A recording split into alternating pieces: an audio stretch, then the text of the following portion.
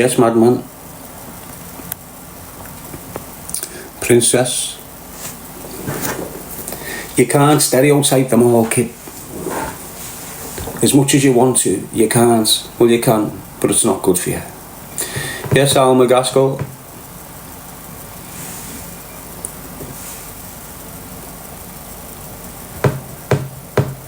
Joanne. Natalie, SJ. How are you this morning, mate? You good? No gym today, I'm gonna rest. Overtraining. Jail Tales is in. Tough war. I can't believe the electric is going up again. It's beyond control. You don't really need electric. You just think you do. Use candles. Get a stove now. A stove that you can put wood in and rubbish, so it keeps the room hot. Get yourself a one-man tent in case it goes wrong.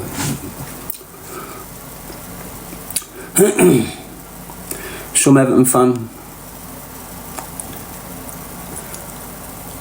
asking about the suspect of Liverpool. We've got a new bogeyman of Liverpool now, haven't we? The stalker. Is he or isn't he? The stalker's like the new bogeyman. Yes, Claire. Aachen. Big Peps. Piss on his soul. Used to be the bogeyman of Liverpool. Good stuff, Joanne.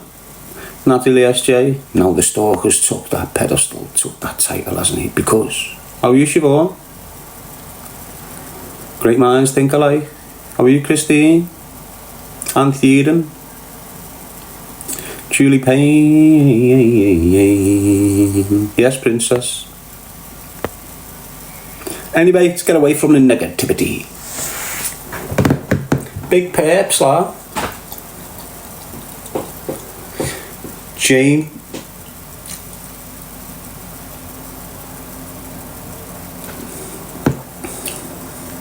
Used to call him years ago Big Peps.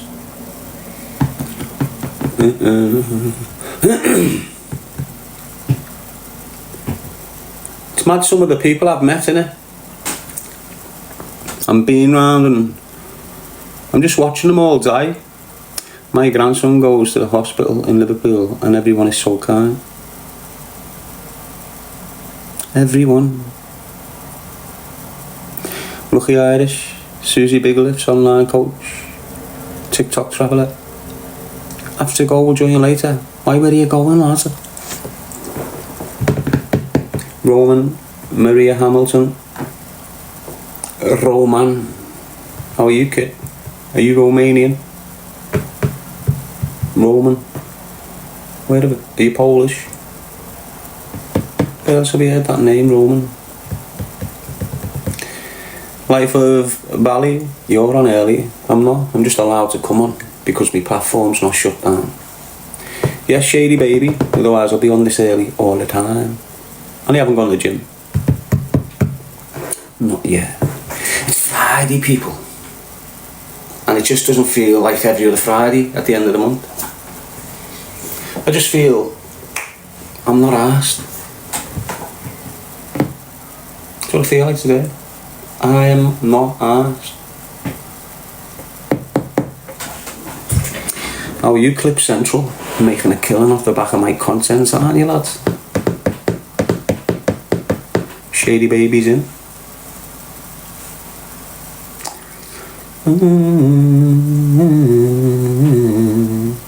You look relaxed and chilled. I am for floor. No music on.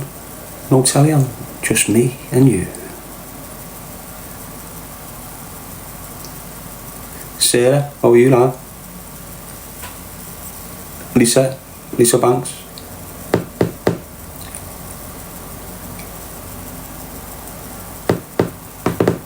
A real bad man, says 100. I'm not a bad man, mate. I'm a good man. And that's the real bad man. So yeah, The good man is the real bad man. Shirley Lennon, June. Your perception's different from mine, you see, kid.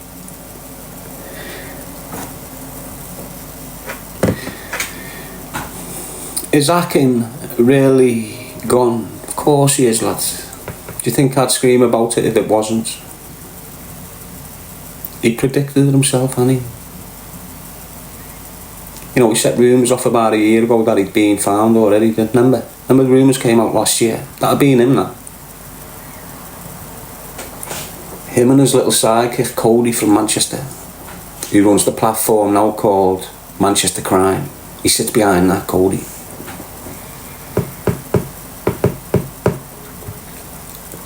You got 100 saying Akin was a Liverpool legend. That's how mad you are, lad. You're calling a suspect a fucking legend, lad. Your head's gone. What time's it? 8:30 in the morning as well, and you're thinking like that. You need to turn back, lad. Correct your thinking sharp, or you're fucked. Yes, get him. Get home. We got to think about the way he was behind his doors. You know what he was like outside the door. So imagine what he was like behind the door. Imagine what he was doing to himself. So you've probably found a horrendous scene if he's been there for, and his battles went, and all this mad shit's gone on. His age, probably wore nappies all his life because of his lifestyle. Them type of men end up wearing nappies later on in their lives because of they can't hold the shit in, basically. Big Tuna, are you good? Dawn, let's get away from that. She's probably getting kicked off me fucking live. How are you, Mushroom? We need to stay focused, people. We need to remain consistent in our efforts to change the environments we come from, don't we? Natalie SJ, Big Tuna, Steph Knight, Sharon, I'm Sammy, Buttercup,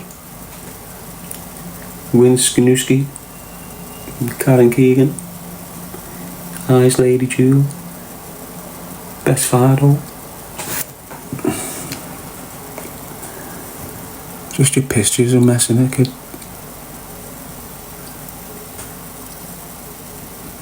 Buttercup loves us for.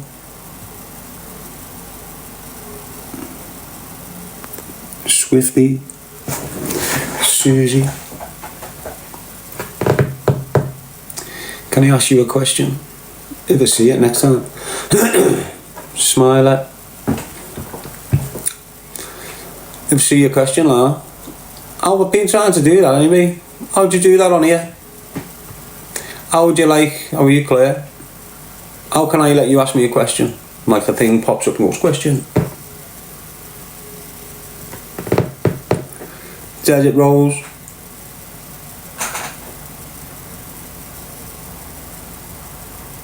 Craftastic Clarks saying QA. So put a QA on now. Let's see. I'll go on to filters. Lightning Q&A. What do you regret not doing? So who's that come from? Who sent me this? Can you see that question? Should we spin the dice or something? Is that what that dice is for on your right? Can you press that and it goes off its barney? Let's see. Yeah. Where's the strangest place you've fallen asleep? In a prison cell.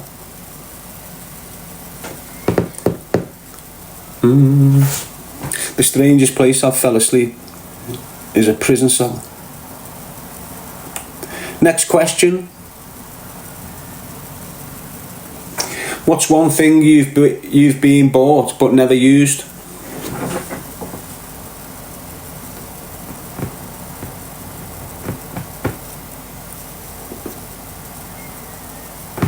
An iron. My bird bought me an iron. Give it back fucking 2 months later. So yeah, an iron. Have you ever seen any of my clothes ironed? You haven't, have you? I'm all sitting here creased up to fuck, aren't I? A real man. A real bad man. As long as it's clean. Happy days. They're here again. Happy days are here again. Happy days are here again. Happy days, happy days, happy days, happy days. It's happy days. What was your dream career as a child? A singer. Used to think I was Shakin' Stevens. Do you know him? Shaky Stevens. Or Billy Fiore. I didn't know Elvis existed till later on. But fuck him. Billy Fiore was well better.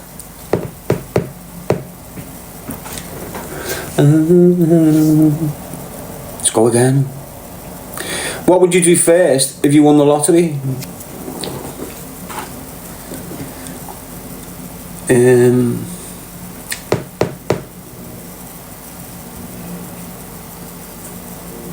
Buy me kids a house.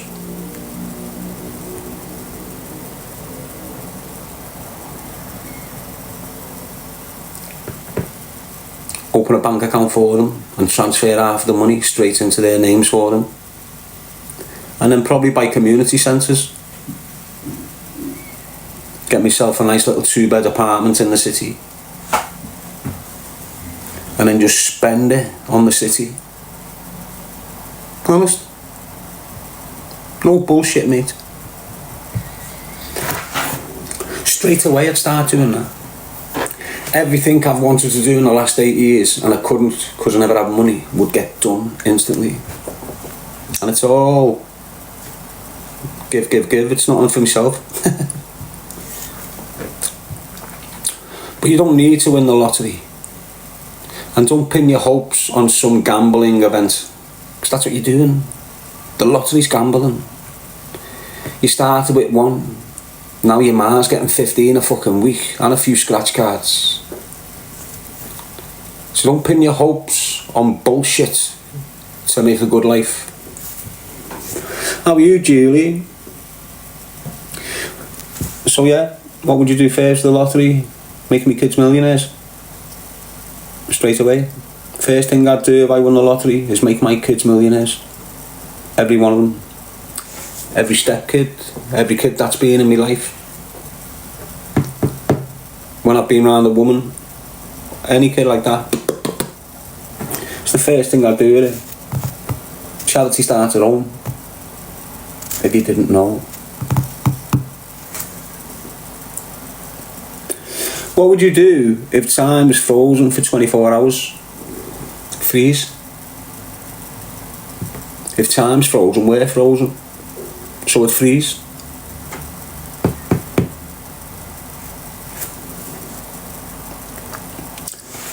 Is this alright with you? Should we fuck it off?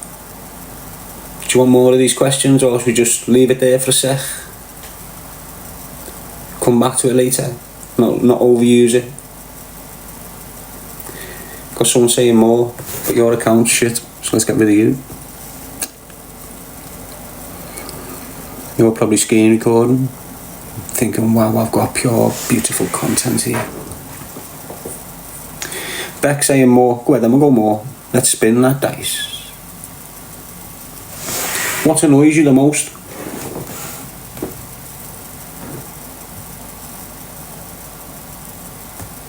Liars.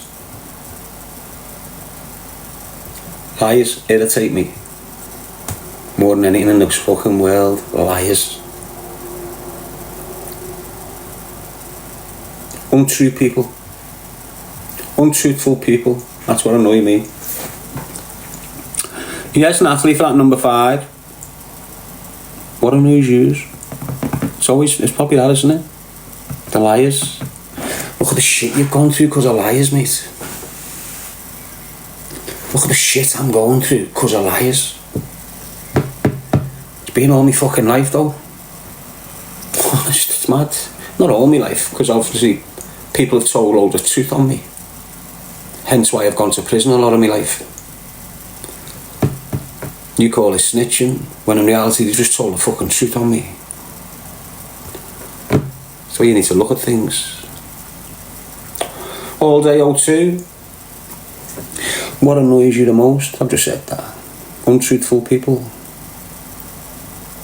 What has been your most embarrassing moment?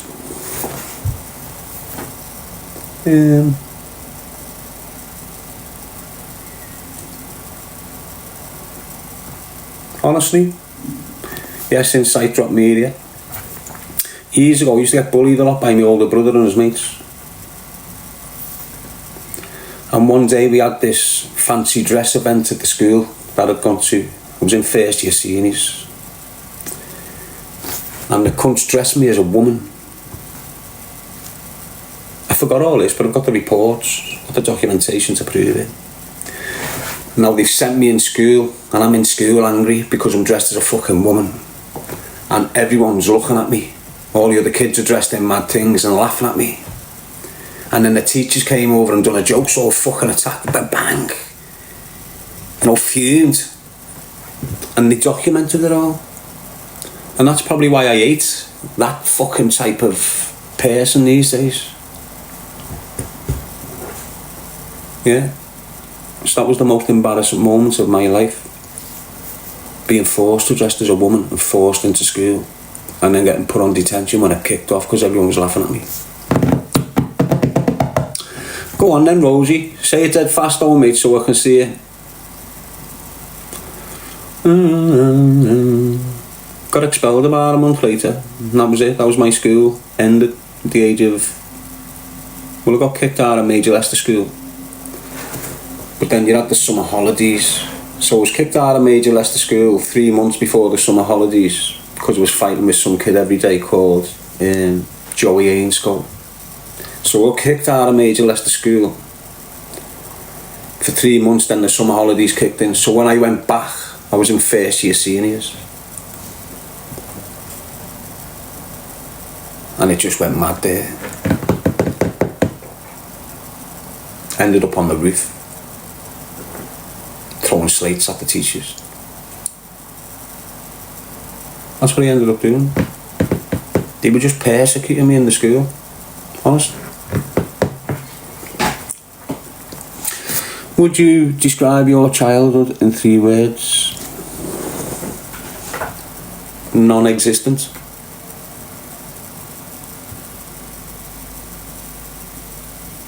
Non-existent. I never had a childhood. I was dressing myself for 4. Getting kicked out the house at 7.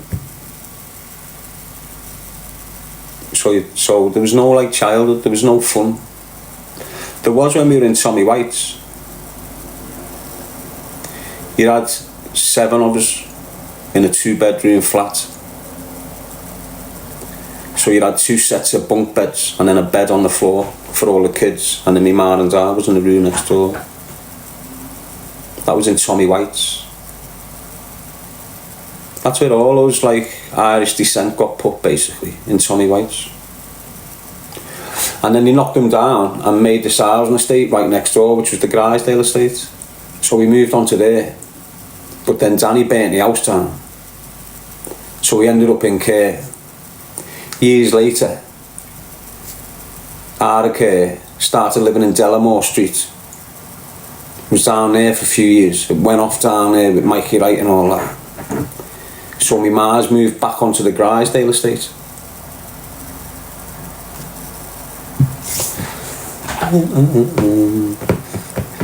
So I didn't really have a childhood, to be honest with you.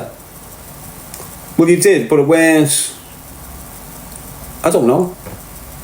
I can't even say my childhood was bad, because I can't compare it to others. No one knows what goes on behind closed doors. Doesn't matter what clothes you've got on as a kid outside your front door. Horrendous shit's happening behind closed doors all over the place. So I can't really compare if my childhood was bad. You might think it was, but I can't really. And I think that's why you've got loads of adults who have gone through traumatic childhoods don't realise that they've been damaged because they don't know properly. You can't compare, so you're never really sure. Anyway, it's mad. You know, don't you? You know what if you had a good childhood, you had the basics basically. You had your ma and dad in your house every night. You had food. You had clothes. It's the only thing we were missing. A ma and dad in the house every night. Food and clothes. We were spotless. We were spotless. No matter what, we were clean as fuck. Our mother made sure of it. So we never went out the house unless we'd been washed and dressed and looking clean. Doesn't matter what the clothes was. Shit. So when we've moved on the Grisdale estate, we've moved in with working class people. So on Tommy White's, you just had all rough ass families really, and it was a madness. Tommy White's was like the bullring, just a big circle, but this was a square Tommy White's actually. Big square with a big archway, and you had 4 landings, flats going right round, and we were on the ground floor, and you just had all crime going on in there. Robberies, police chases, everything. Just madness on the Tommy White's. And it got to the point where when feds were coming in, we'd all come out on the landings and just go with half these big bricks, land on the top of the cars and the Mariah vans and shit. So I think because it was getting out of control, them sort of structures that was getting out of control and they couldn't contain, they flattened. The ones that weren't bad, like the bullring at the beginning of the town centre, they got left because they contained them and controlled them. The ones up our end, they couldn't, so they shut them down. So when they've made the new estate, the Grisdale estate, you never had all ruffians on there. You had some working people on there whose mas and dads worked fully. Our dads worked part-time if they could get the dough, cash in hand type work. Whereas all these fucking had proper jobs, loads of them.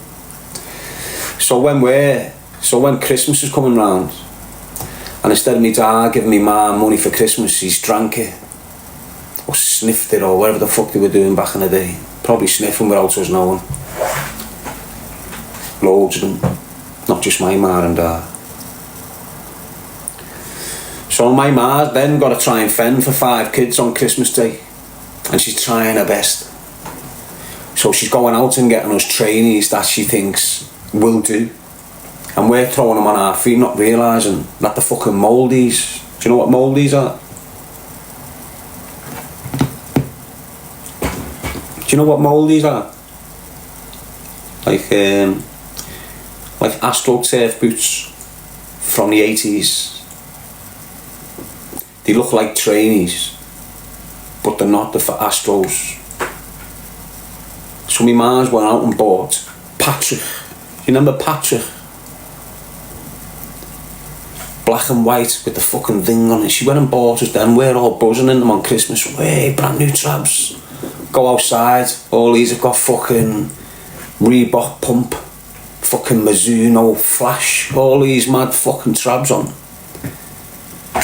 So you know what happens there, don't you? What happens to the kid with the shittest clothes on? And they've all got... He just gets picked on, doesn't he?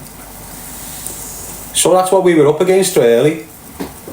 And that's what made us sort of rebel. Fuck you all, picking on us all our lives.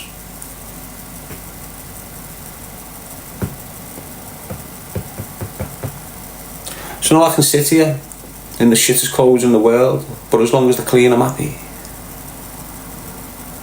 And you get all them same type of cunts that used to skip me years ago when I was a kid for being scruffy. Not dirty. Let me just say, for being poor. So I used to get skitted years ago for being poor. Not because we were scruffs. They're two different things. We were spotless, but poor. Do you get what I'm saying? We weren't poor and scruffy. Two different things. So now you hear them now, the same type of mindset from years ago, skitting me. They're adults, but they're skitting me because the clothes are wearing. Mad, aren't they? And they think it bothers me. That's the funny part. Anyway, hope that answered your question, Rosie. Let's see some of these comments. Gooner Steve, how are you? Daz's clothes are cush, mate. I've got my own little style. Paul, Natalie, Kat. I've always had my own style, mate. You generate your own style when you've got to be creative with the clothes you've got. If you don't have to be creative with the clothes you got and you're just getting a set, that's not you being stylish, that's you following a trend. That's why there's thousands of you with exactly the same trackie on today. You're following trends, you're not setting your own example. Like if I go down the street with a pair of grey trainees on, black socks, white shorts and a fucking dark black top, people will look at me like, what the fuck's he dressed like? But if I walk down the street with grey shoes on, grey socks, grey shorts, grey t-shirt, grey cap, you look smart, you lot. You look well, you fuck off, you fucking idiots. Jodie said she had two striped Nicks. Nicks were classics, mate. Michael, Davey Winter, just had to make do with what I was given. That's what I'm saying. You're always spotless, Darren. I know. Skitting, you know, calling people names. That's what we used to say when we were kids. Stop skitting me. Haven't you ever heard that phrase, no? How are you, Kat? Do you remember pony trainees, yeah? You still have them?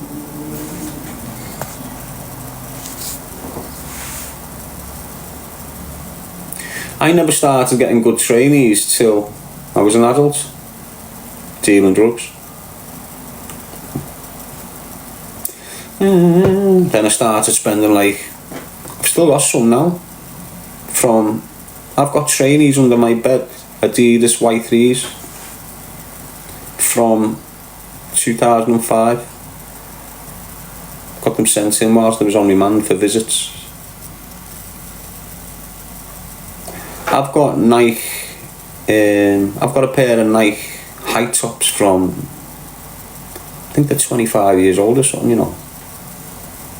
Might be older. Want to see them?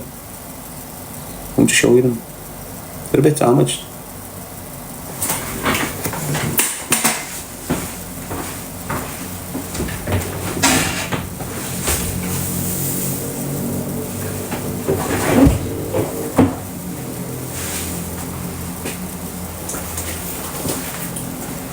Oh, the Hirachis.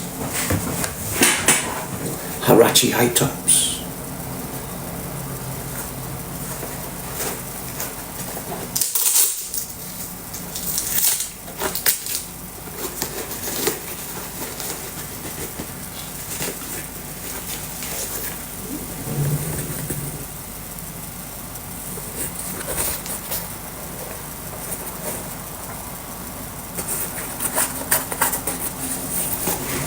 Hirachi high tops, why? You don't get these, you know.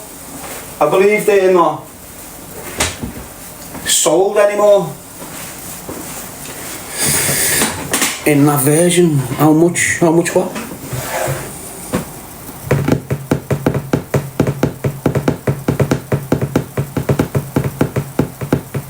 Oh, they 180 quid now?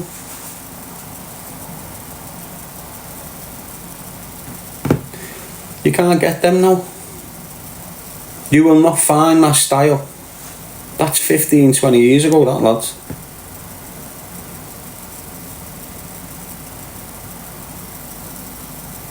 Anyway, let's move on with these questions.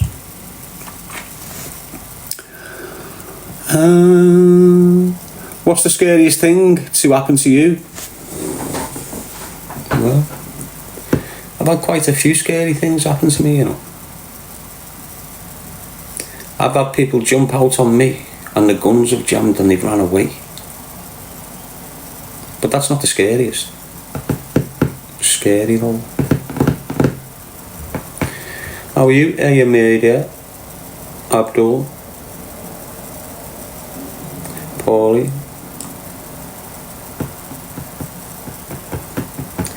I've had loads of scary things happen to me, but the most scariest thing was getting kidnapped by Tommy Gilday, George Bromley Sr., Purple Aki, Paddy Carroll and Big Joe. I think it's Platt. Scary. Piss me pants.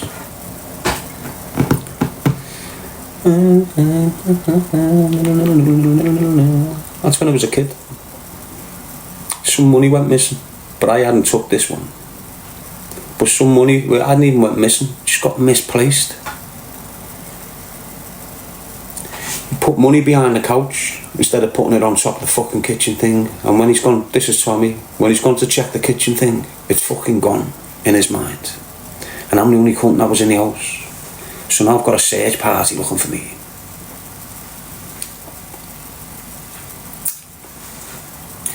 I done a bad deal later on, like for £1,000. Got a fucking hiding of my life. It's all a learning curve, innit? Yes, Jim, but that's the scariest thing. Now, if you think about the incidents, if you think about the 6th of April, for example, that's a scary thing in itself, innit? But that kidnapping was more scary. Because I was young.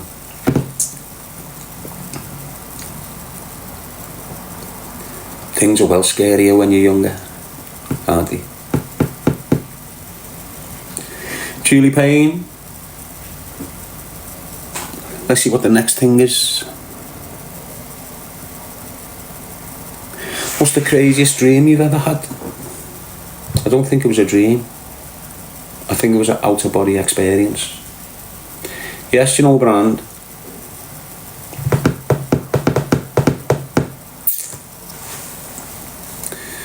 Mags, how are you? Mushroom saying lucid dream? No. I'm not lying, mate. I go places when I sleep.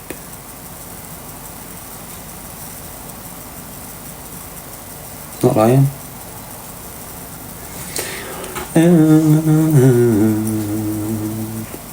You might have seen me art. Have you seen me art? I haven't got none no more, give loads away. Got loads under the bed, but I can't be arsed getting it out.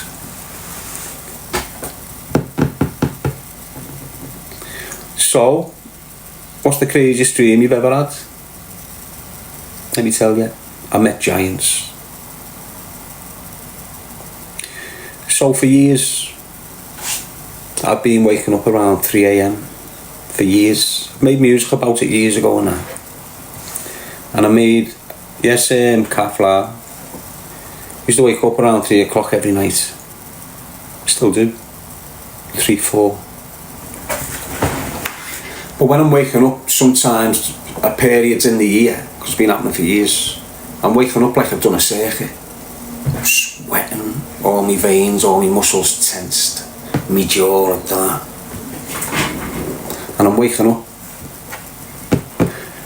And I've had to get out of bed, get a dry towel, put it down, turn my pillow over, turn my quilt back over and get back in bed. You know, because of the water, it's like a pool. And this will happen for like a period of weeks and then won't happen again for months and then it'll kick back in again. And on one occasion, I've remembered everything. remembered everything. And it made me understand why I'd been sweating and why I'd been going all this shit. And it gave me this experience. And within 2 days of that, every trouble I'd been carrying, everything that was weighing me down was gone. All gone. Like a new lease of life. Obviously you can see it heavy now again, because I've had all these bad spirits coming at me, making shit heavy for me, lying, trying to ruin me. So I'm heavy again now and I can feel it. But I start going through these processes, and then one day I wake up and bang, it's all gone. Like today, basically.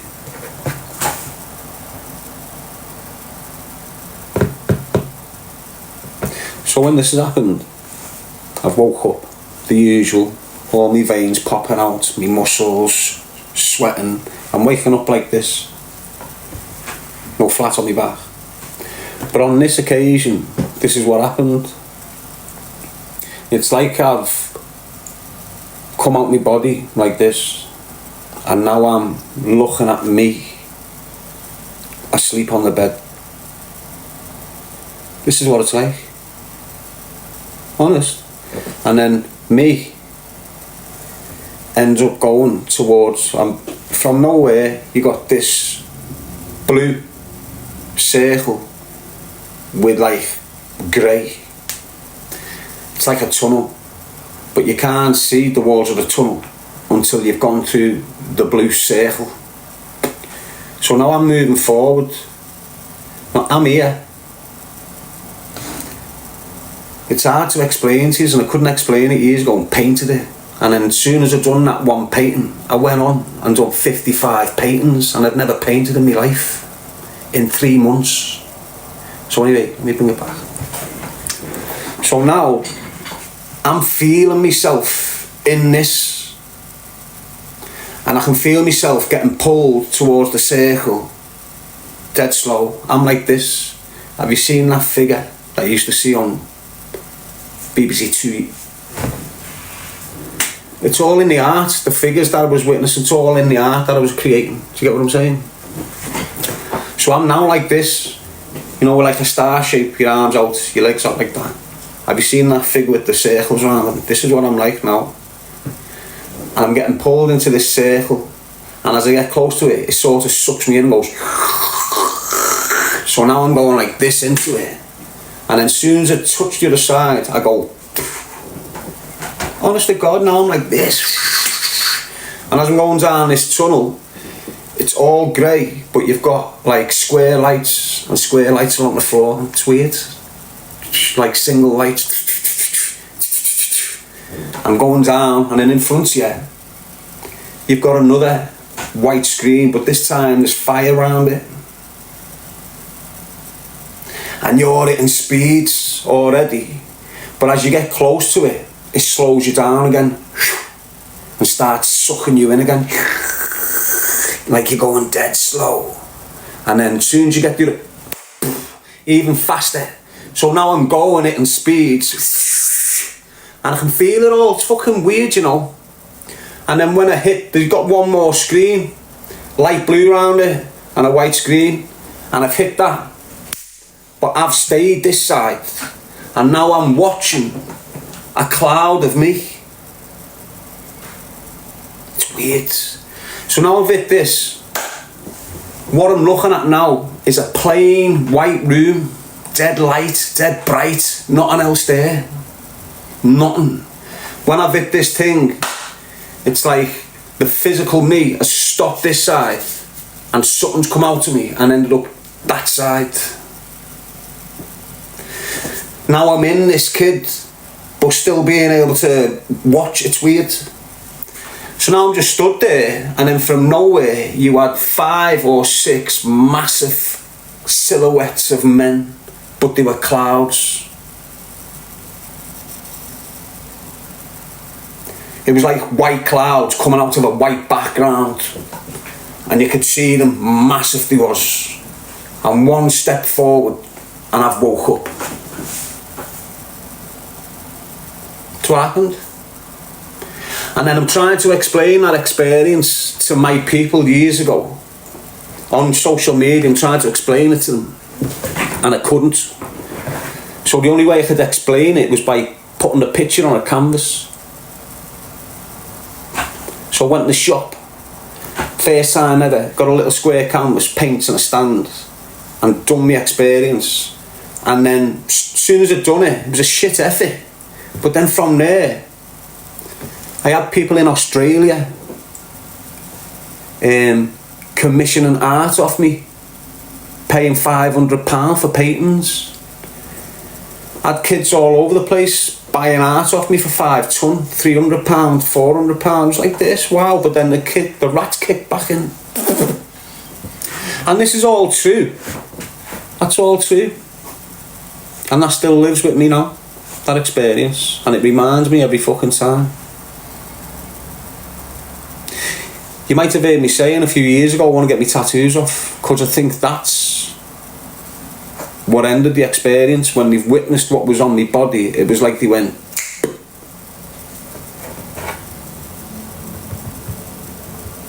don't get tattoos. There's something not right with tattoos.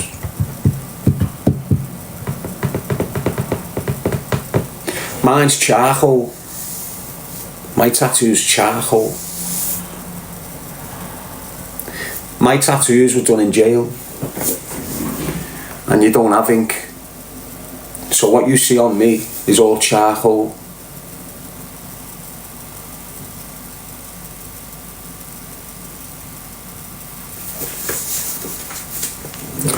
So I don't know whether that's easier to remove.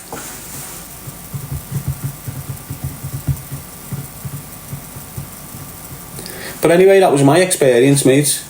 That was the craziest dream I've had. And I'm still doing that. Just not remembering them. But I know I'm waking up in that condition. You know what else happens to me? You might notice it. My eyebrows. I don't realise it. But my eyebrows fucking go and everything. It's mad. And then they'll be back, they'll be fucking weird. Someone said the other day, have you been plucking your eyebrows? I thought, what the fuck's you on about? And then I look, think, where are my eyebrows?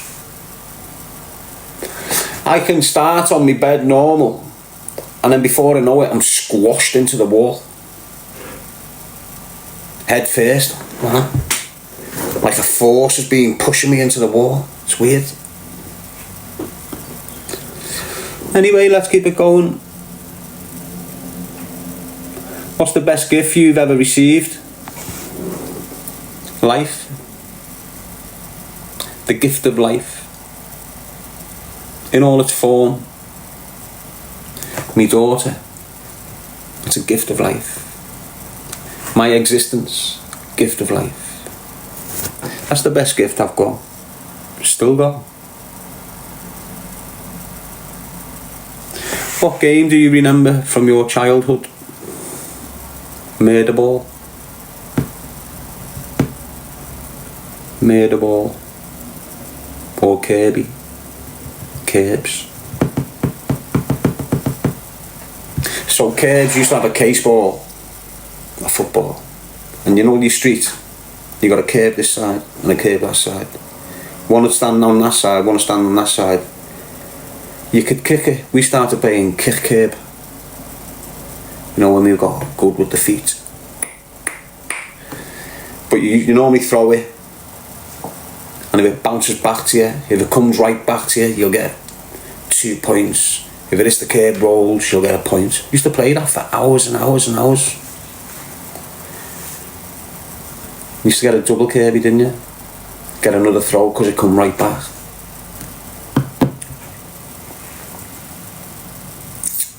Murder ball. We all used to just get on our estate, and with the ball at you, between your knee and your head, you'd go through the tunnel of death. So there'd be like 15 of us, 16 of us, all kids playing footy, and then you'd have a game of murder ball, and every kid that got it there, all the other lads would like arch, you know, like make an arch, like a line here, line there, arms over. And the kid that got it would have to come through the tunnel. And as he's coming through the tunnel, he's just getting bam, bam, bam. Comes out the other side, fucked.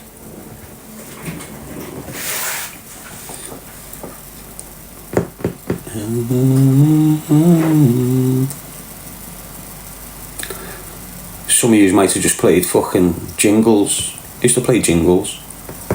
Used to play jingles all the time. And ollies.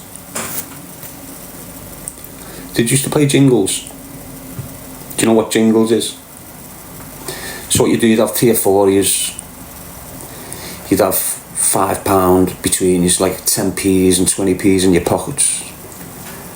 And you'd have a pound, and you'd put the pound as close as you can to the wall. So you've got a straight wall. There's 3 years. You've got coins. You've got like 1.5 metre distance line, so you can't go past the line to the wall. So you got to just say like 7 foot. It's not that long, is it? And then what you do is you've got to get your coin closest to the wall. And you'll have so many throws each, and the one who gets the closest wins the pound. Same with ollies, really. With ollies, you'll roll a big ollie, and then it's like getting the ollie the closest to the big ollie.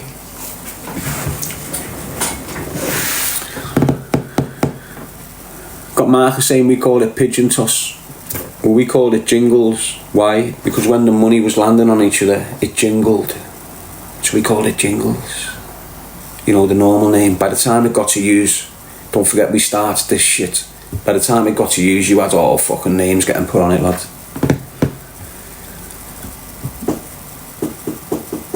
Yes, Kath O'Neill. Well, these questions are quite entertaining, aren't they? Sorry I'm blanking you, but I'm answering a lot of questions right now. What are some weird but good food combinations? Weird but good food combinations. Every combination is weird. You shouldn't be combining food. I know we do it a lot these days, but we shouldn't be. Do you understand how healthier you would be if you had your plate of food and ate all the meat, then all the potato, then all the veg? Do you know how healthy you'd be? Instead of going a bit of meat, bit of potato, bit of veg.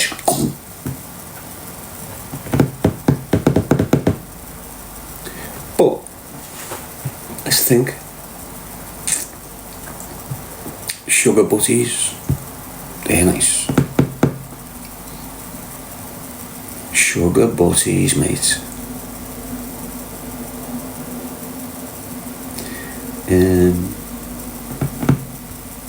Tuna and noodles. Someone's saying you have cereal and beans. You're just a mess, girl.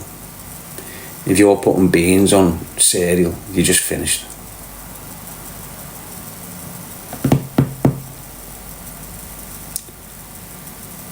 Bovril. Says Bells, his dad used to drink Bovril. So did we when we were kids. Well, we never. But we used to go to Garvey's. And his mum was full Irish, Georgina. And she used to make Bovril. You'd smell it round the corner. As soon as you got onto Garvey's Street, you'd smell the Bovril. Garvey's lived on it. Strong, innit?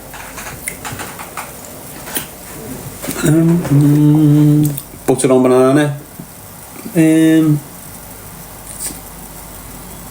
I'm just thinking of my combinations I've done. When you're just in a mess eating shit.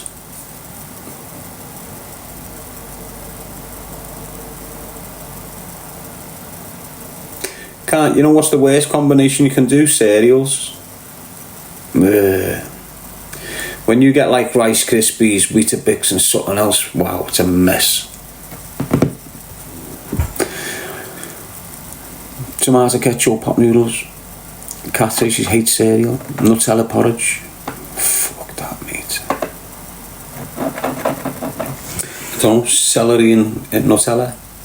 I've done that. celery sticks and Nutella, or jam, or peanut butter, any of them. You can go the whole 9 yards now, can't you, and get yourself a biscotti.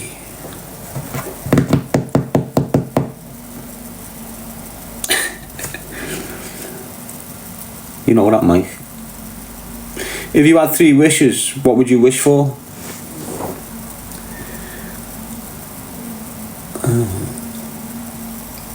If I had 3 wishes, I'd wish for 1,000,000 wishes.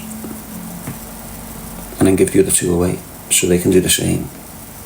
And then we can make everyone get a wish each with the millions that we've got. And then they can wish for millions. And then we can get everyone a wish. And then we all wish for the same thing. We'll have a great fucking world, wouldn't we?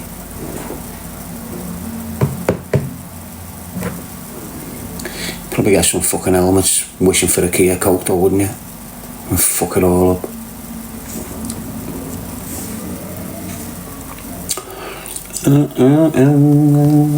These are the questions down here. They're a bit funny, aren't they? Health, happiness, give the last one away. Yeah, but if you've got 1,000,000, you can give 500,000 away. Why would you not do that?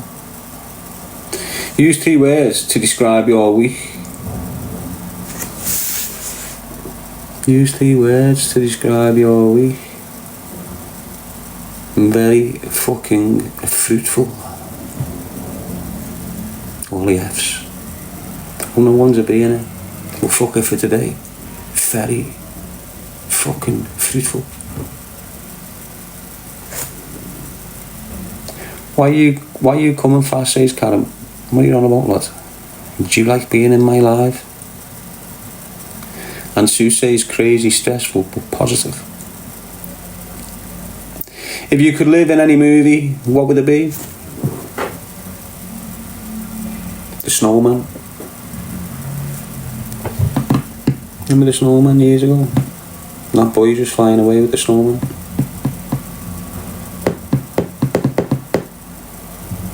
Yeah. The Snowman. Remember the Snowman? Used to love that cartoon. It was like a film cartoon, like the first ever film cartoon, wasn't it? The Snowman, didn't it? Like it was the first, like, long featured cartoon.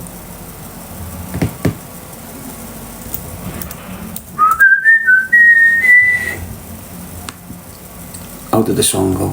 Let me remember it.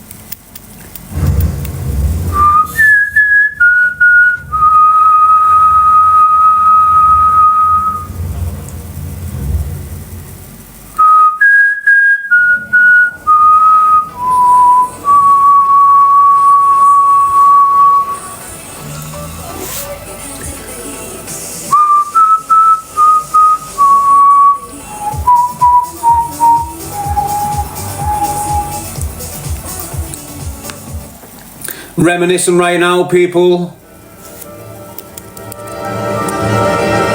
If you could live in any movie, what would it be? The Snowman. Not the new one that your kids are caught up in. I wanna be a snowman. This one.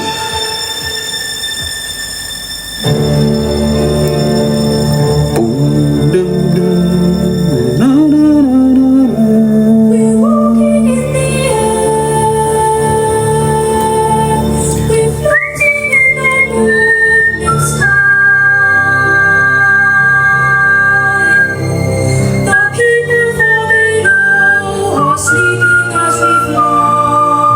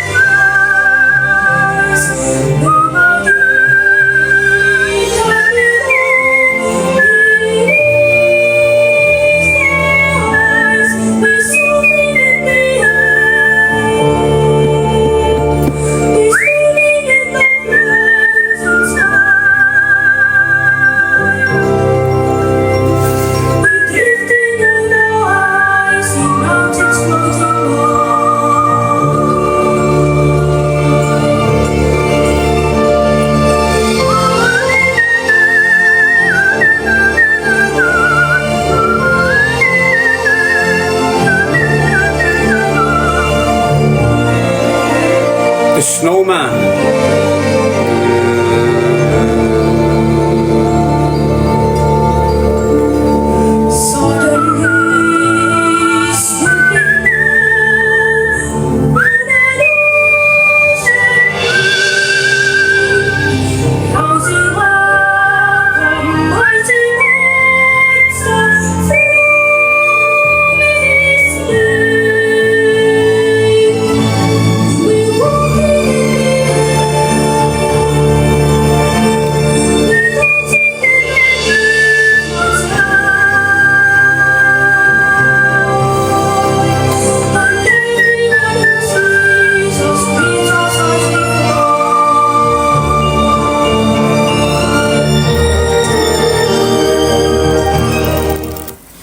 The Snowman. Which is the one thing you can't live without?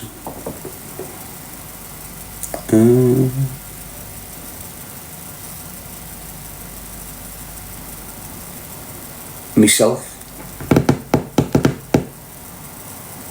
One thing I can't live without, myself.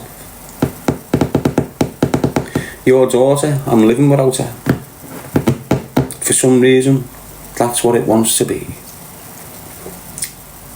Yes, R.S. Nicholas.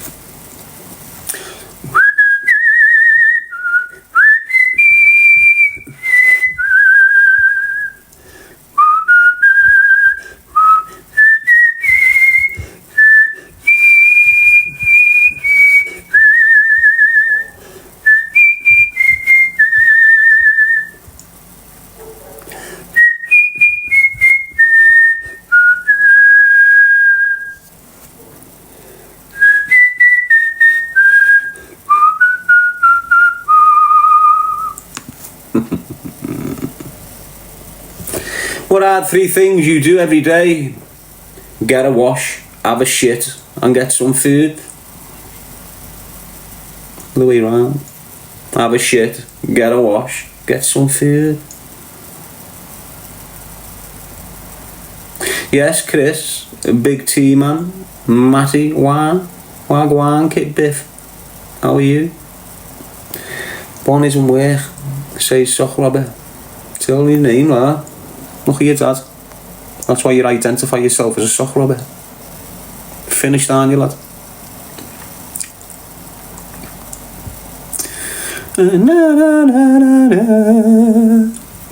Do you know, Nicky, have you ever been an addict? Yeah.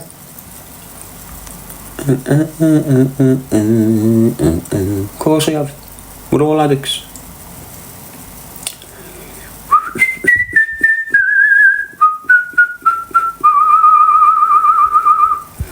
The one who develops an addiction through trauma is more experienced and wise than the one that doesn't. That's a fact. When you just got some helmet who's had a lovely upbringing and all of a sudden he got on the coke like dickheads and now they're addicted, they're just helmets, just fucking helmets. When you've had a kid that's ended up in a fucking dreadful life, went on a substance to deal with it and and then a year later come away from it, you've got one of the most sensiblest persons you're ever going to fucking meet. That soft cunt just remains fucked. Even when he tries to come away from it, he's finished. Why? Because he's wanted to take it as an experience, and her or him has wanted to take it as a way of dealing with problems. It's a different dynamic. It's a different road of addiction. If that makes sense. Some of you will understand it, won't you?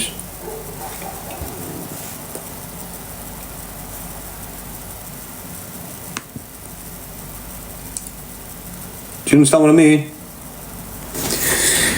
If you've got a man or a son that's lost his mum and he's ended up alone, or he's done something mad and he's fucked and he's ended up in this mad thing and he can't handle life no more and he turns to a substance to deal with the loss of this or whatever, and he's ruined off his addiction, but he needs the addiction so he can live life. Do you get what I'm saying? When he gets better, you've got the salt of the earth, or when she gets better, you've got the salt of the earth. They look physically fucked, but inside, they fucking worked on themselves more than anyone like that.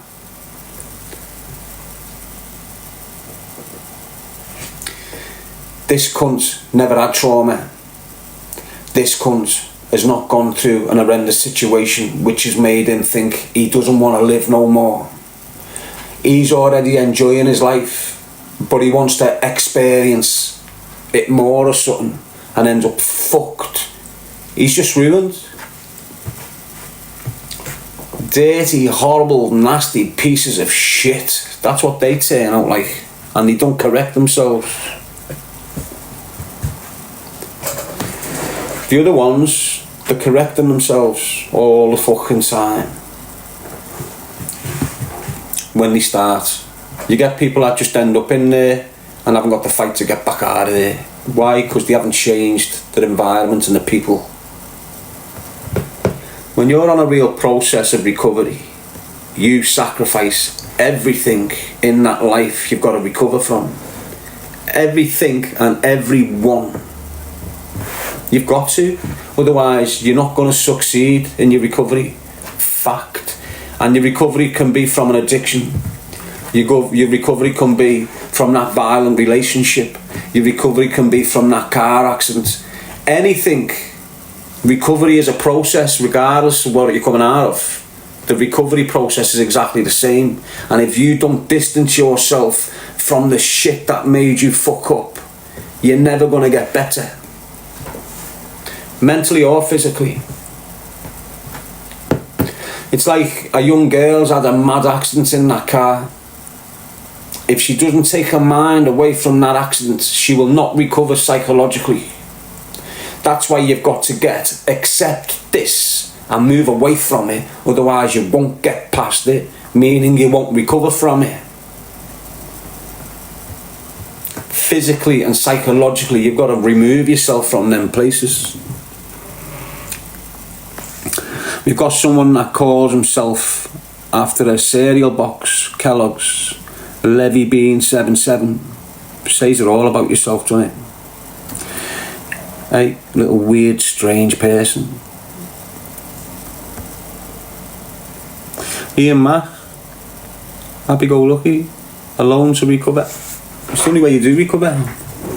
From, like, you've got to recover. What do they mean by recover? Recover what? What are you recovering? Yourself. What are you recovering? Your emotions. What are you recovering? Your energy. What are you recovering? Your spirit, your soul. That's the only way you get recovered. By recovering yourself back from everything. Everything you've been entangled in, you've got to pull it all back. You've got to get it back in order. When you're entangled in a relationship, when you're getting that an emotional, everything's doing your fucking head in, and you're sometimes crying, sometimes happy, without you understanding it, that's a transfer of energy. And when you part from this madness and you're over there, you're feeling like shit because you've lost your energy. And the more you focus on yourself, the more your energy over there starts coming back into you. And once you've recovered your energy, you feel fulfilled again, and everything's a lot better for you again. That's the real sense of recovery. It's not getting over a rattle. That's not recovery. That's part of your process. That's the pain for fucking up. It's your learning curve. If you've been on drugs and you've done a proper rattle, it's very rare you go back on that shite. If you've been a modern day addict on heroin or crack or whatever the fuck you fucked on, every time you've gone into difficult circumstances where you can remove this shit from your body, you've been given a substitution. So you've never done a rattle. You've never experienced the pain that shit does to you when it's leaving your body. If you did, you'd never ever go there fucking again. You wouldn't run into a fire, would you? If you'd already experienced before. That's what the pain's like for them who do it properly. If your son or your fella is fucked with an addiction, the best thing you can do for him, sounds harsh, get him a shit bucket, get a room with 4 walls and a steel door, and lock him in there for 3 or 4 fucking days.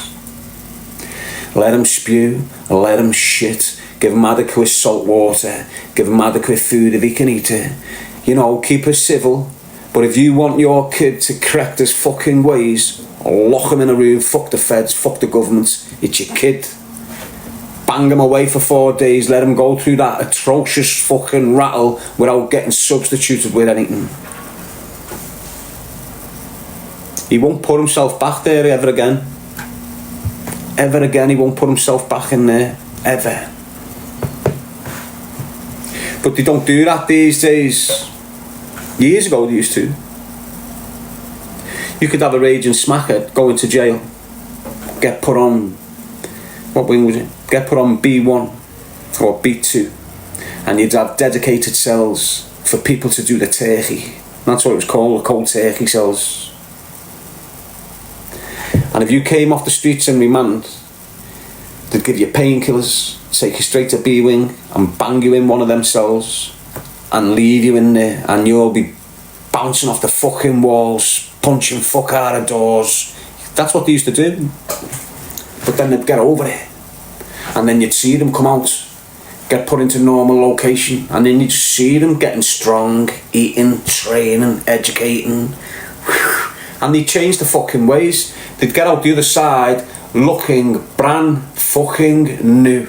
I know, even if it was only for a year, that year off the shit would gain 5 years long term for them, or 10 years long term for them. Do you understand what I'm saying? Them little periods of cleanliness would do this cunt the world of fucking good. Now they go into jail, they're getting given methadone, they're getting given painkillers. So now they're just going into jail, these addicts, and being addicted to medicines every day of their lives while they're in custody. They get out the other side, they're not even looking for the Class A's. They're looking for cocodimols and all this legal medication. That's what it's like now. It's all shit. It shouldn't have happened in the first place. Drug dealers. I was one of them. Didn't know what the fuck I was doing. Just like all them cunts right now. They don't really know what the fuck they're doing, honest, trust me. The older ones do. The ones who are my age. 10 years younger than me, 30. Being in and out the system. Had the doors kicked in, had the mates killed, cut. All this shit. They know. And they're willing to let that 18-year-old kid jump on the same path that he knows this is going to bring him. Jail. Mates killed. Short-term relationships. Ma's house getting kicked in. All this shit, your nanas. All this shit just kicking in your life. And these cunts know that's the way you're going to flow. Got Shane saying clean since 2018. Good stuff. Anyway, let's move on. That was one question. These questions are quite good, aren't they? Choose a life, not a knife, people. How are you, MILF Lady Debbie?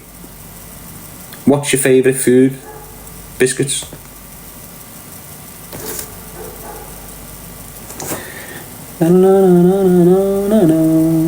Biscuits and milk. Would you allow your boyfriend to have a female bestie? Oh well. Well, this is a funny question. Would you allow your BF, or was it best friend, to have a female bestie? Well, what the fuck's that meant to me in life? Yes, Kaz, are you good?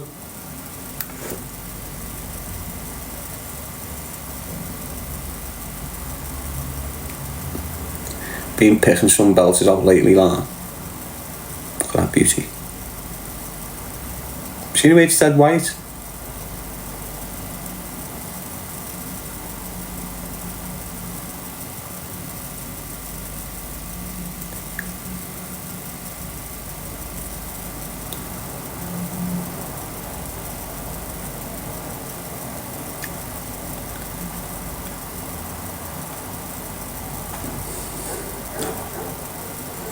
Don't do it, Darren, don't do it.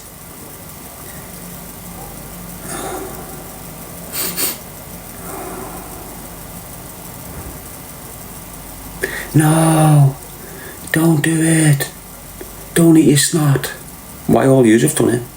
Every one of yous have ate your snot since you were a kid.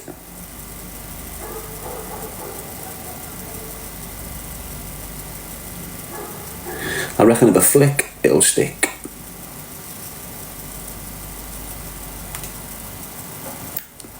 It never. It's crusty, kidder.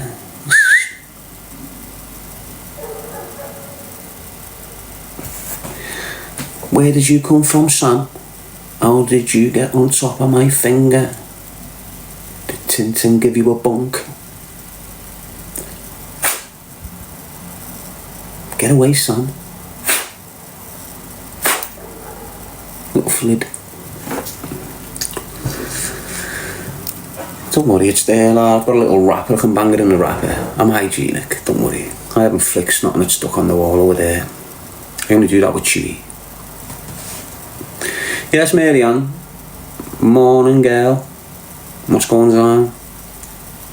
What have you been up to? How come you've came in late? Taking full advantage of the summer holidays, aren't you, girl? Milf Lady Debbie saying, sell it. Do you want to buy it, girl? Hey? I'll bang it in a fucking necklace for you. Make it special. Put a pube in there as well. Make it extra special for you. Do you want one of me pigs, girl? How are you, Carol? Oh, no, Sarah, right, I've just woke up, me. Why, what was you up to last night? How are you, Nicky?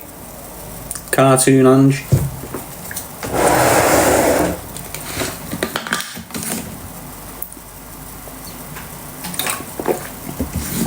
How are you, Jans? It's right, cleaning. Would you allow your best friend to have a female bestie? Of course. Why not? Hey mate, where'd you get your other mate from? Every best friend's got two best friends. Haven't you? If you've got a best friend, does that mean that's your best friend? Yes, Ben. Greg Thompson. Tora saying, think it's a boyfriend. Well, if I was a woman and I had a boyfriend, I would not let him have a female best friend. Obviously. How are you, mate? Then again, you know, if he can have a best friend, so can I. We've got a sort of open relationship, me and my guy. We like to share on occasion. How are you, Donna? Donna's in. It's Friday, you know, people, it's Friday. If you could live anywhere, where would it be?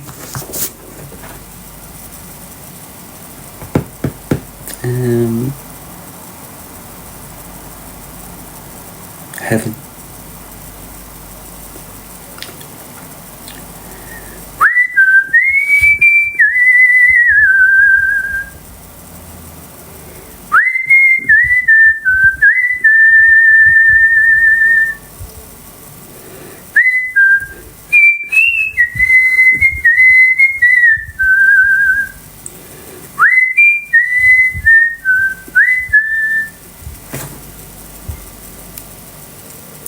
Who was your first celebrity crush?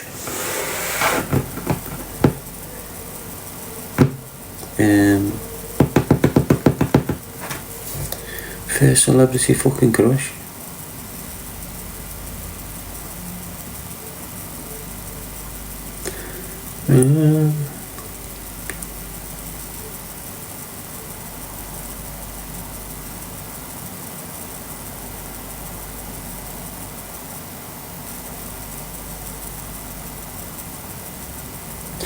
I don't know, the first woman I sort of caught me, I was a smoker.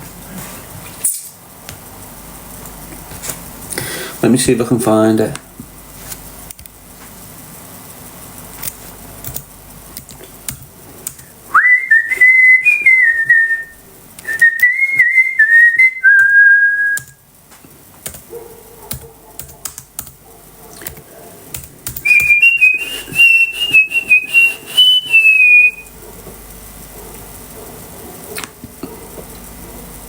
Not Sharon Stone.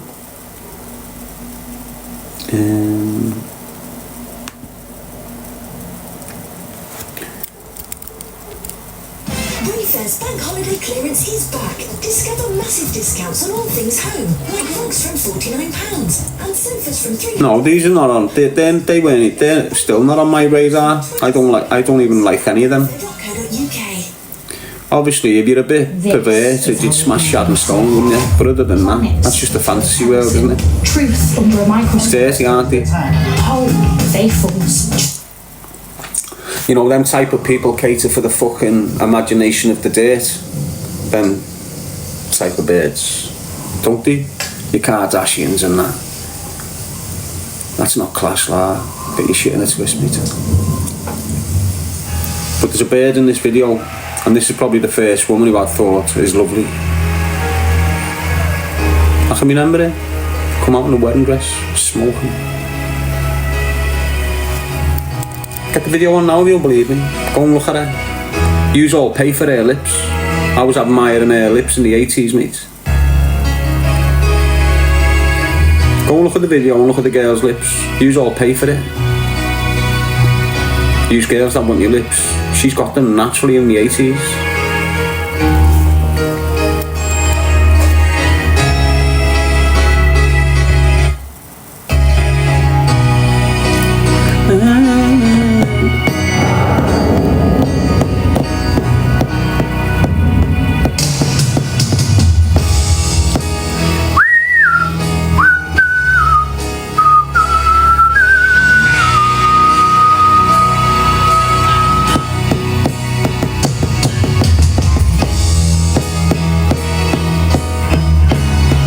If you watch the video on it, it's all about Christ, marriage. Look into your eyes, I can see a love restrained. There she is.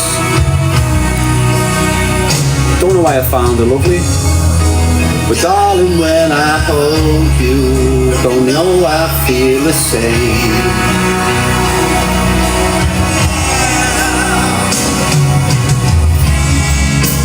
Nothing lasts forever, and we both know hearts can change.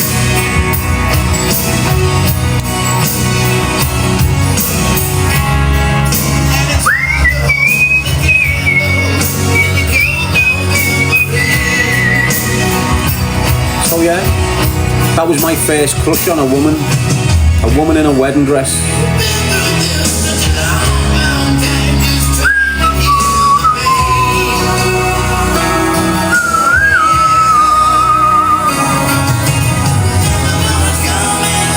That part there where she's blazing a bit. It's mad, aren't I?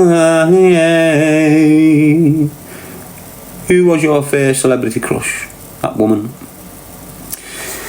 Do you have a hidden talent? No.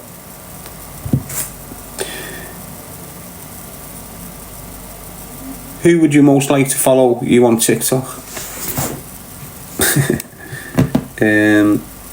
Everyone. Where do you think you're going to be in 5 years?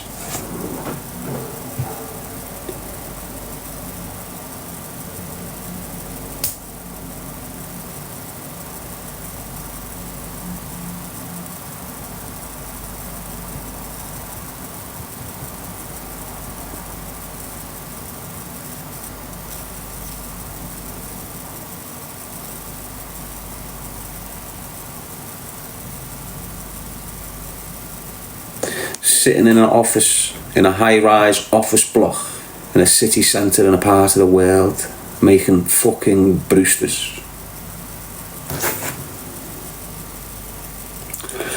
100,000 right now or $1 a second? £1 million right now or $1 a second?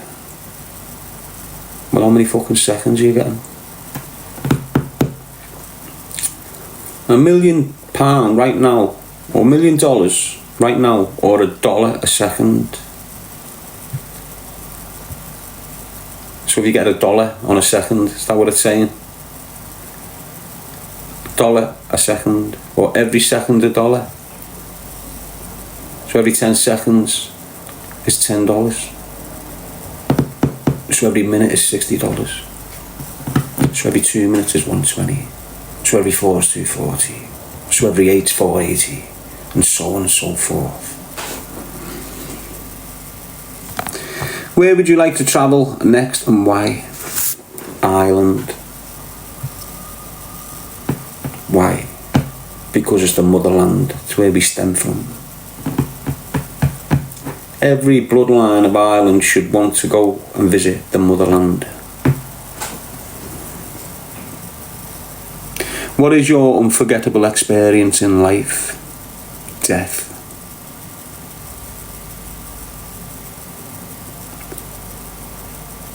What name would you give to your son, daughter? What did he give it? Alora or Quintus? Quintus means the 5th in Latin. The 5th, number 5. Alora means God's light in Latin. E Laura, L Laura, L Laura. You're on it. L5. It's all got meaning. Everything really surrounds the number 5 with me.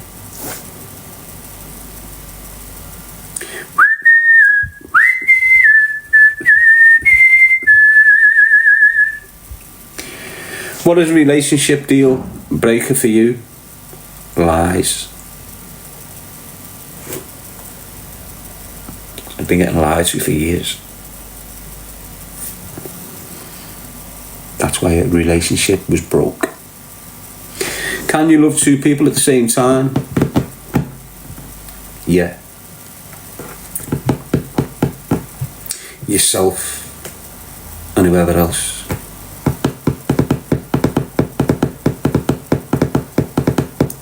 You can only you only love the things with your energy in.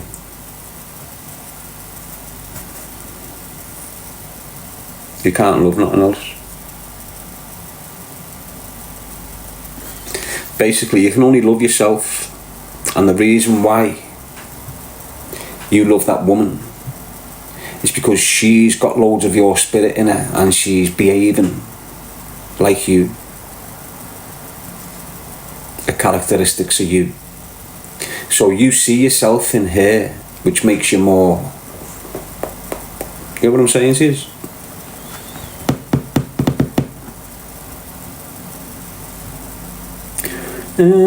What's your star sign, Darren? Don't know. Sagittarius.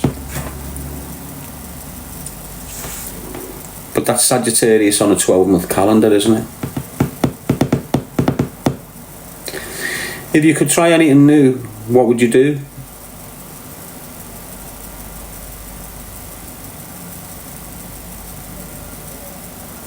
Be a charity.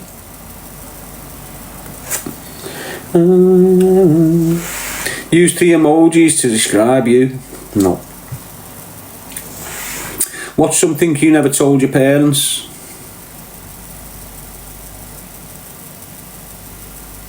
That I hate them. What do you normally sleep and wake up? When do you normally sleep and wake up? When I'm tired and when I'm not tired. What's the craziest thing you did for love? Ruin myself. What's the best holiday you've taken and why? Ibiza. Why? Because it was with Craig. The year before he died. When was the last time you cried and why?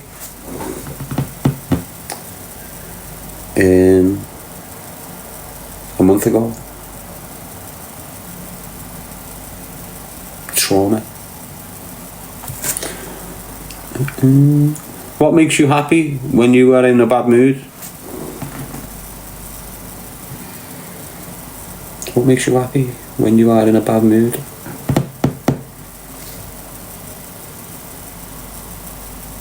Nothing.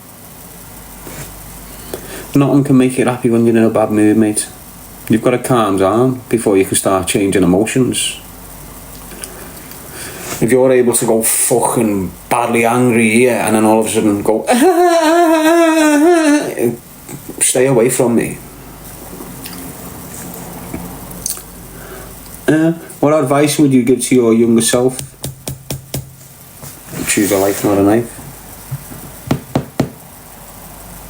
Don't be scared.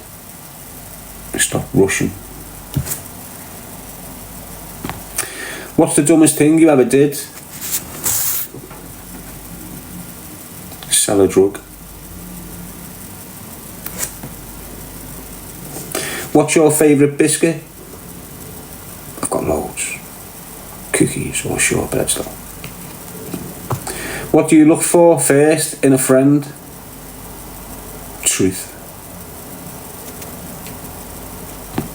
What's the best advice for men? Don't lose your manhood. What's the scariest moment you had? I haven't got one. What do you find unique about yourself? Me nostrils.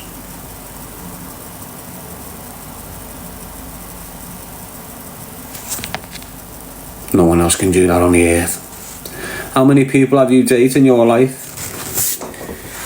Now, how many birds have I banged and how many birds have I dated? Let's have a think.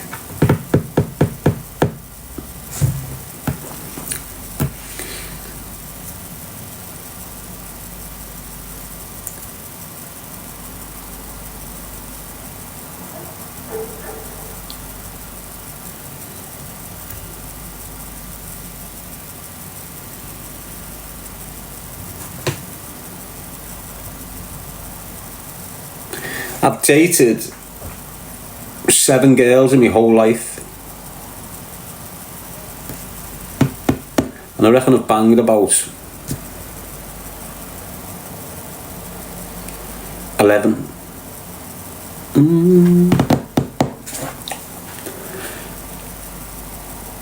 Use a song to describe you. The Eye of the Tiger.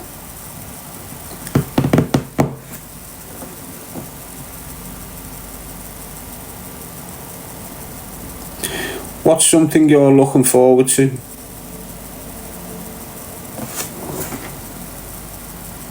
Being successful. What's your favourite midnight snack?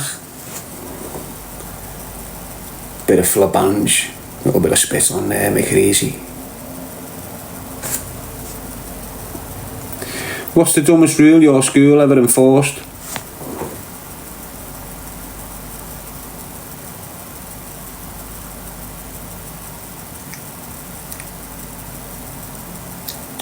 Detention. Do you believe in giving second chances?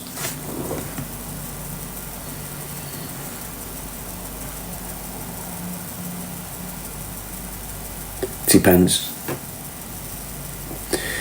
You know, if they broke me brush, I'll give them a second chance. It's only a brush. But if they broke me trust, we can get a second chance. Does your name have a meaning? Yeah. Let's just see if my name does have a meaning.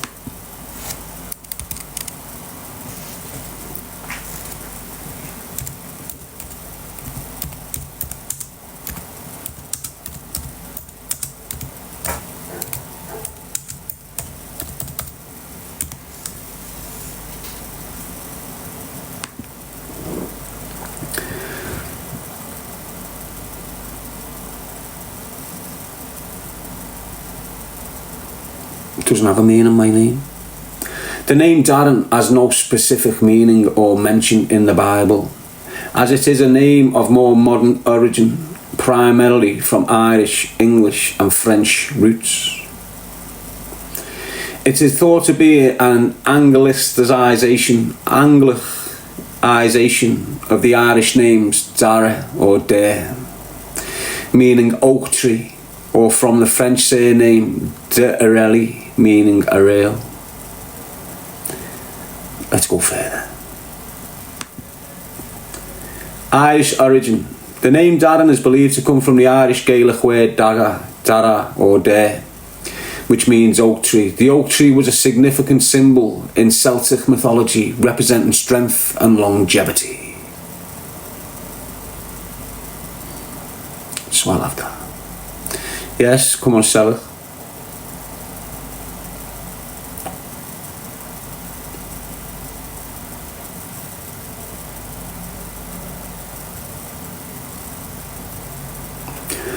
While a popular name with rich etymological connections to Irish and French languages, Darren is not a name with a biblical background.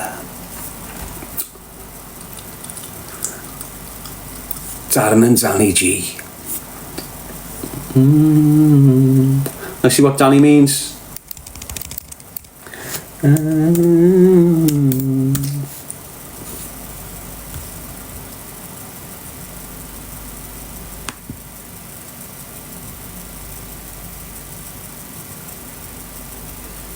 The name Danny is a diminutive, a shorter, familiar form of the Hebrew name Daniel, which means God is my judge. Go on, Daniel, lad.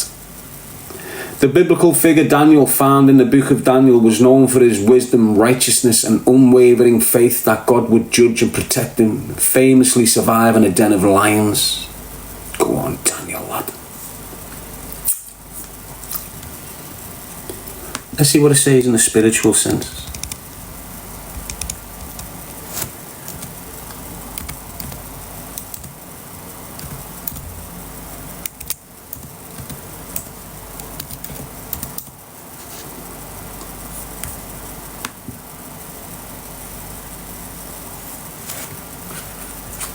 In a spiritual context, the name Dani signifies God is my judge, a meaning derived from its Hebrew origin and diminutive Daniel. This powerful spiritual connection is tied to the biblical prophet Daniel, known for his wisdom, faith and integrity in the face of adversity. The name suggests a deep connection to divine justice and righteousness, qualities often associated with a wisdom-driven mindset. Go on, Danny.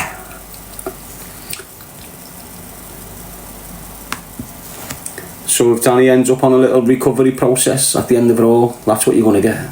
That type of man.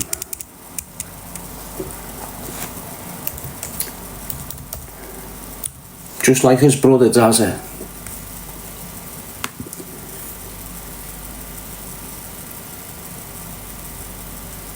In spirituality, the name Darren, from its Irish origin meaning oak tree, that's what it says now.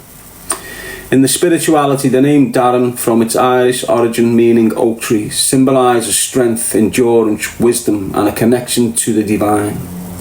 The oak was sacred in Celtic traditions, representing a link between the earthly and the spiritual realms. The name's association with the fruitful also adds connotations of growth and abundance in some interpretations. So there. Yes, Mr. Biscuit. My name does have meaning. Do you prefer money or love? Love. What was a life-changing moment for you? Prison at the age of 13. Please tell us how your love story started.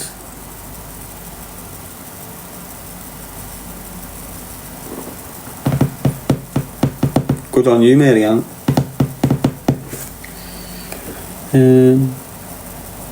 With a letter. Do you believe dreams have hidden meanings? Yeah, the ones you don't remember come true. What's your favourite song?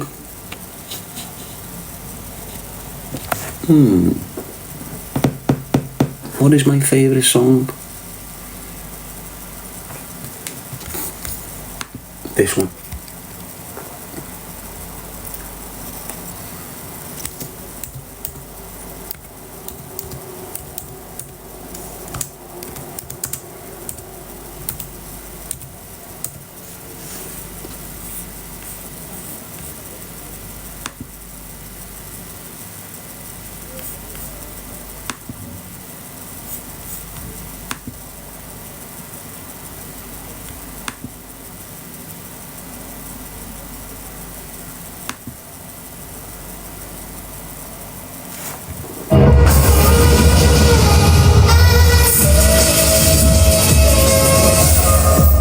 See the way you put a sad face next to it? What's your favourite song? Like it's going to be a sad one. And it's made me think. Like my favourite song's a sad one. Mad, isn't it? If that was a smiley face, you'd probably think something different, wouldn't you?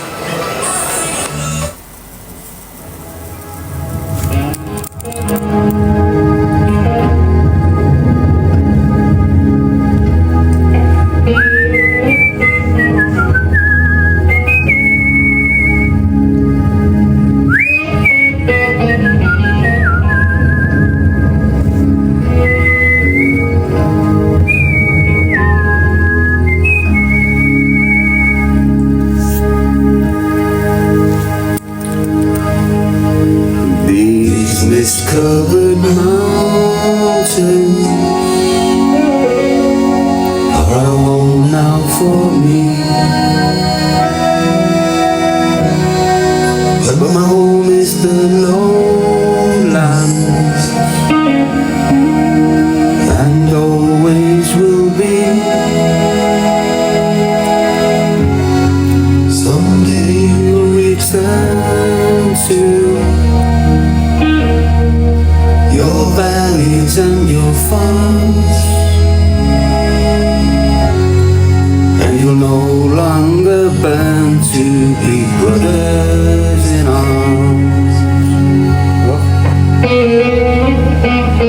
Goosebumps.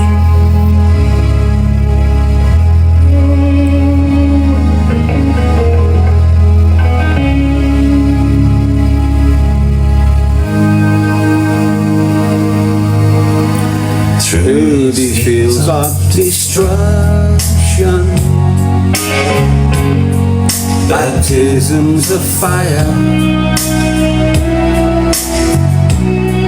I've witnessed your suffering as the battle raged high,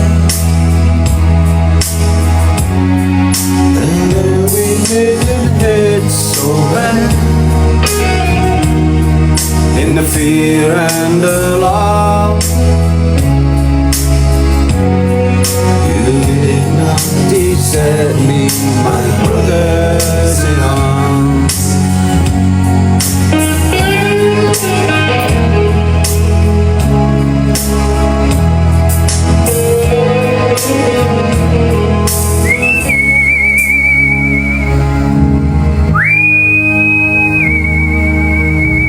There's so many different worlds, so many different songs, and we have just one world, but we live in different ones.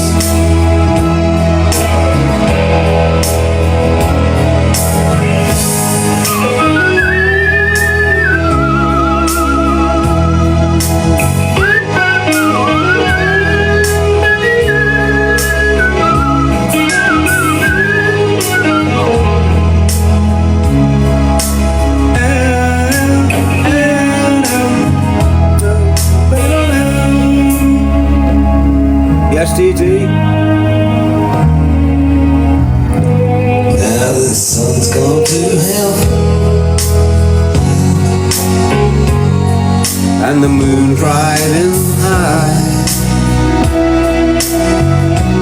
Let me bid you farewell. Every man has to die.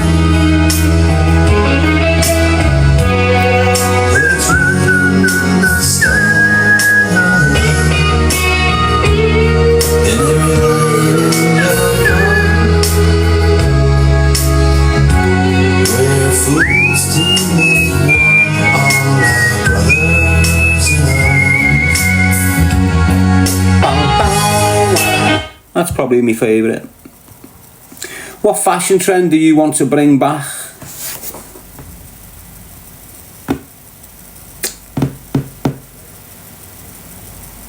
Nothing's gone, has it? Everything that was in fashion in the 60s and 70s is still in fashion now. You can't really bring it back, can you?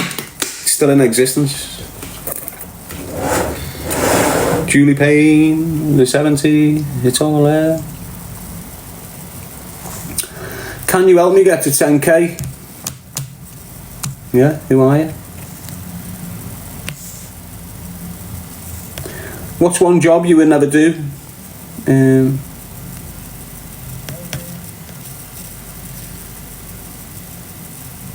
Policeman. If you had a superpower, what would it be?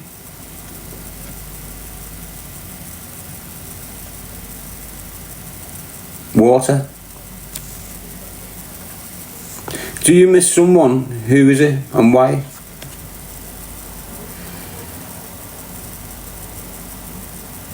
Yeah, I miss little Mo, little Craig Arrowsmith.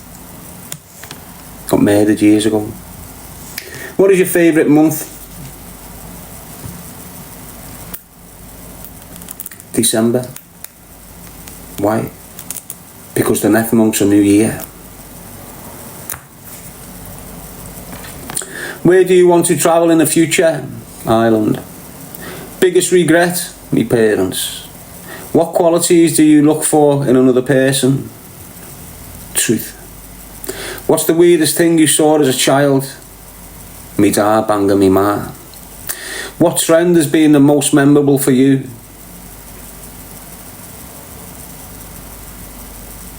Football. What are your goals in life?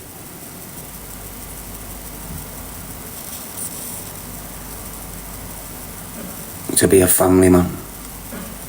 How old are you when you got a phone? 17. What's your routine before you sleep at night? TikTok.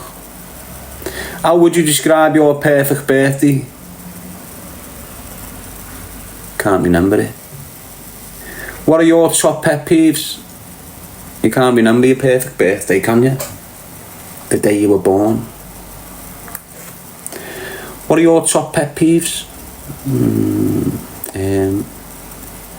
Put a blanket over the cage and the parrot won't talk. At what age did you first fall in love? 15.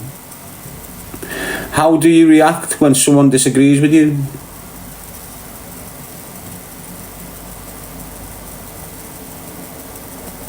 Depends if they're truthful. Who's the one person you will never stop loving? Myself.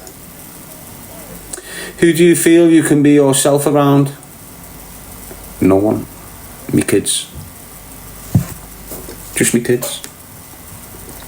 I can't even be myself around my bird or the kid's mother. It's not my bird no more. I can't even be myself around there. It's weird. Well, I'm being myself. It's just not. Anyway. Can you love people who hate you? Yeah. Of course you can. Love overpowers hate. What's your favourite snack? Cookies. What do you do when you feel stress? Stress the fuck out. What do the people you love hurt you so bad? Why do the people you love hurt? Are you writing these questions? Why do the people you love hurt you so bad? Because you love them. The only way they can hurt you is because you love them. Was there ever a movie you thought was boring?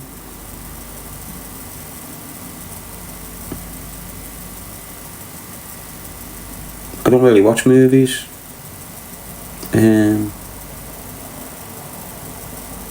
Anyway, what do you like to do when you're alone? Think. Share a song you never get tired of.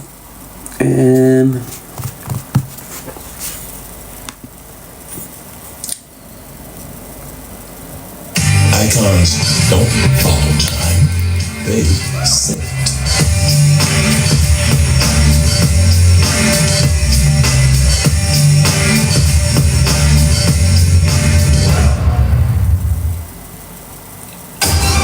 What are you willing to sacrifice?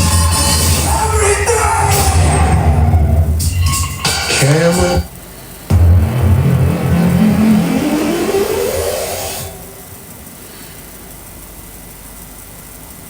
Deborah saying Champagne Supernova. Share a song you never get tired of. This is it. I heard. I can't do it again. Did you hear my voice off it last night? I'm gonna do it again. I don't care. I'm gonna go again.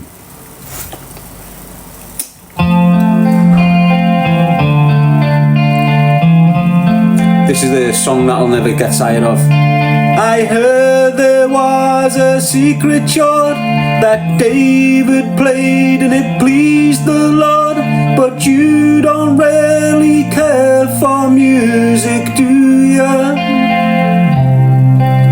Well, it goes like this: the fourth, the fifth, the minor fall and the major lift, the baffled king composing hallelujah.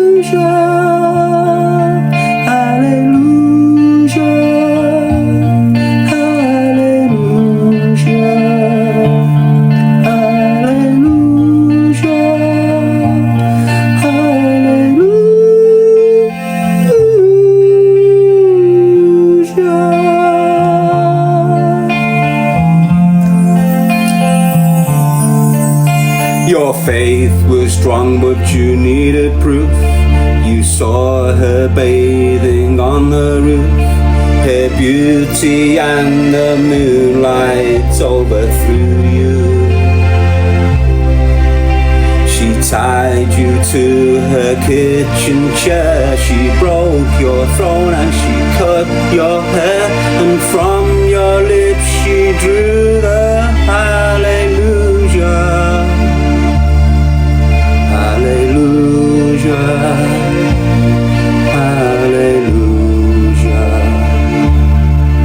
hallelujah, hallelujah.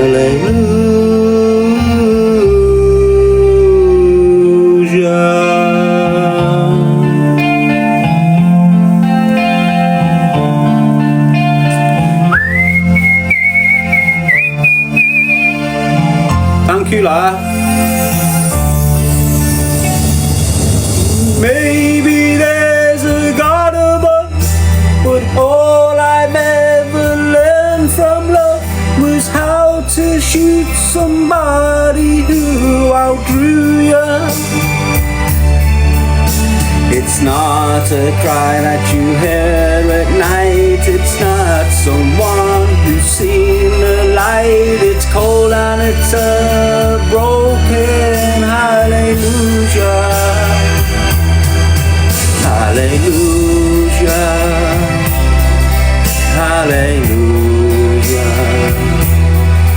hallelujah, hallelujah.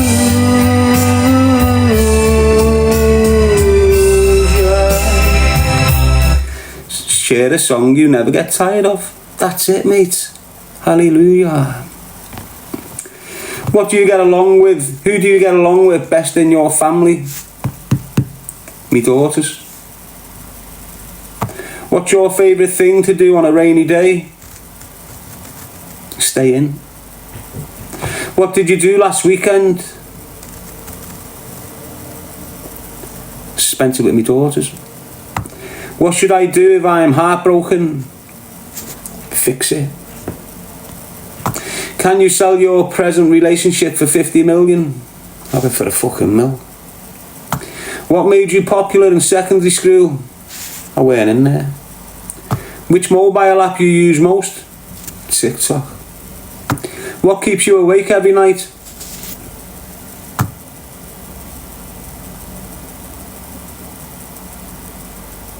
Not being tired. Do you prefer breakfast, lunch or dinner? Either. Who is your favourite actor? I haven't got one. What is your idea of soulmate? Someone that'll die next to me. Which subject makes you sleep in class? We're in class. What's a fond childhood memory you have? Losing my virginity. What kind of music do you usually listen to? All sorts. What's the silliest thing you've argued over? Red sauce. What's something about you that nobody knows? I'm a fucking animal. What would be your perfect date? I don't know. Packet of biscuits, cup of tea, power neck at the end of it. What was the dumb thing you did as a kid? Committed crime. What is the best advice you have to give? Choose a life, not a knife. What is the best response to you? You are ugly. Thank you. It's my own little way. What's a product you recommend? Sugar. What's the best restaurant you've been to? That one in town in the tower. What are your best personality traits?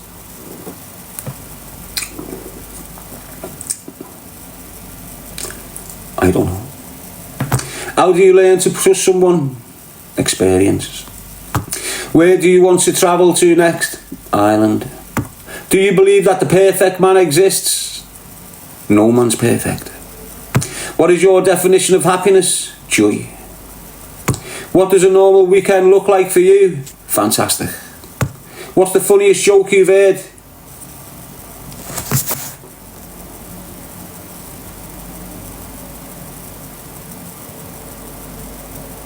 You can't say the funniest jokes, can you?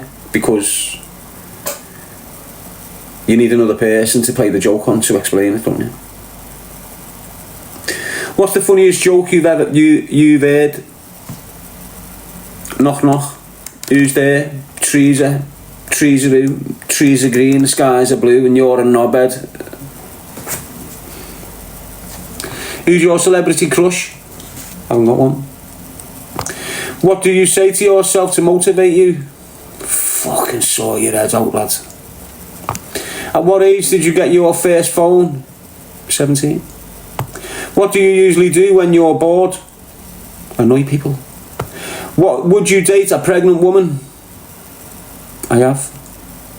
My babe was pregnant and I was dating her. What were your hobbies? How did you get into them? Music. Because I listened to it. What's something girls refuse to believe? That I can be trusted. What makes a girl attractive instantly? The eyes. Do you ever get judged on how you look? Always. Are you short or tall? Got short legs and a big back. What's a unique story about you? I survived a brutal murder attempt. Why are you single? Because you haven't found the right one. What are ways you express kindness to others without them knowing? How do your outfits affect how you feel? They don't. What job do you have respect for? Loads of jobs. Do you believe life exists on other planets? Yes. What's a life hack you discovered from TikTok? I never. Who in your life do you love spending time with? Me kids. Do you believe in ghosts? Yes. Have you ever lost a friend? If so, what happened? Got shot 8 times in the chest. Someone you really miss? Me brother. What's the worst work experience you've had? Laying cables. What brought you to TikTok? Sharing a message of choose a life, not a knife. Your favourite sleeping position?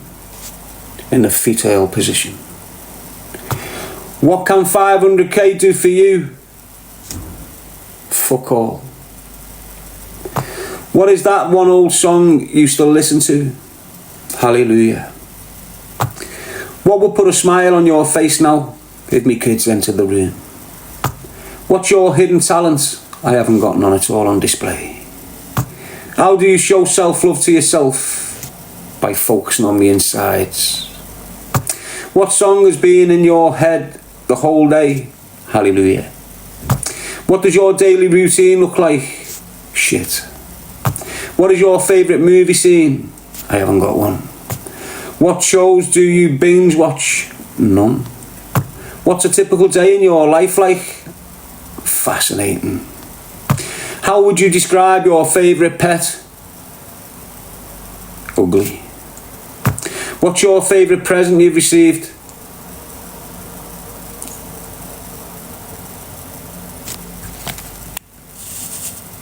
That.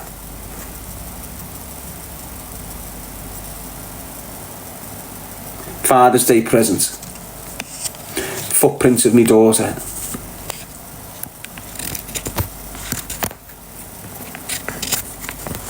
When she was 1. What is the best thing about being a parent? Being a dad. What is your most prized possession? Me kids. What's your favourite season of the year? Summer. What are you the most grateful for? Life. What part of your body are you insecure about? Me thighs. Why? Because I've got shingles. Do you know what shingles are? So years ago when I'm going through a mad stressful thing, you know, on trials and shit, I ended up getting these mad things on the inside of me legs. Shingles. You get them when you're stressed. I haven't got them now, like. But I've got a scar off one of them there. Yeah, I know. Not able to see it. Yeah. Anyway, I'm not even insecure about them really. Where've all the questions gone? Well, that's shit, innit? I was flying through them, you must have thought, fuck this cunt. He's taking the piss out of the questions now.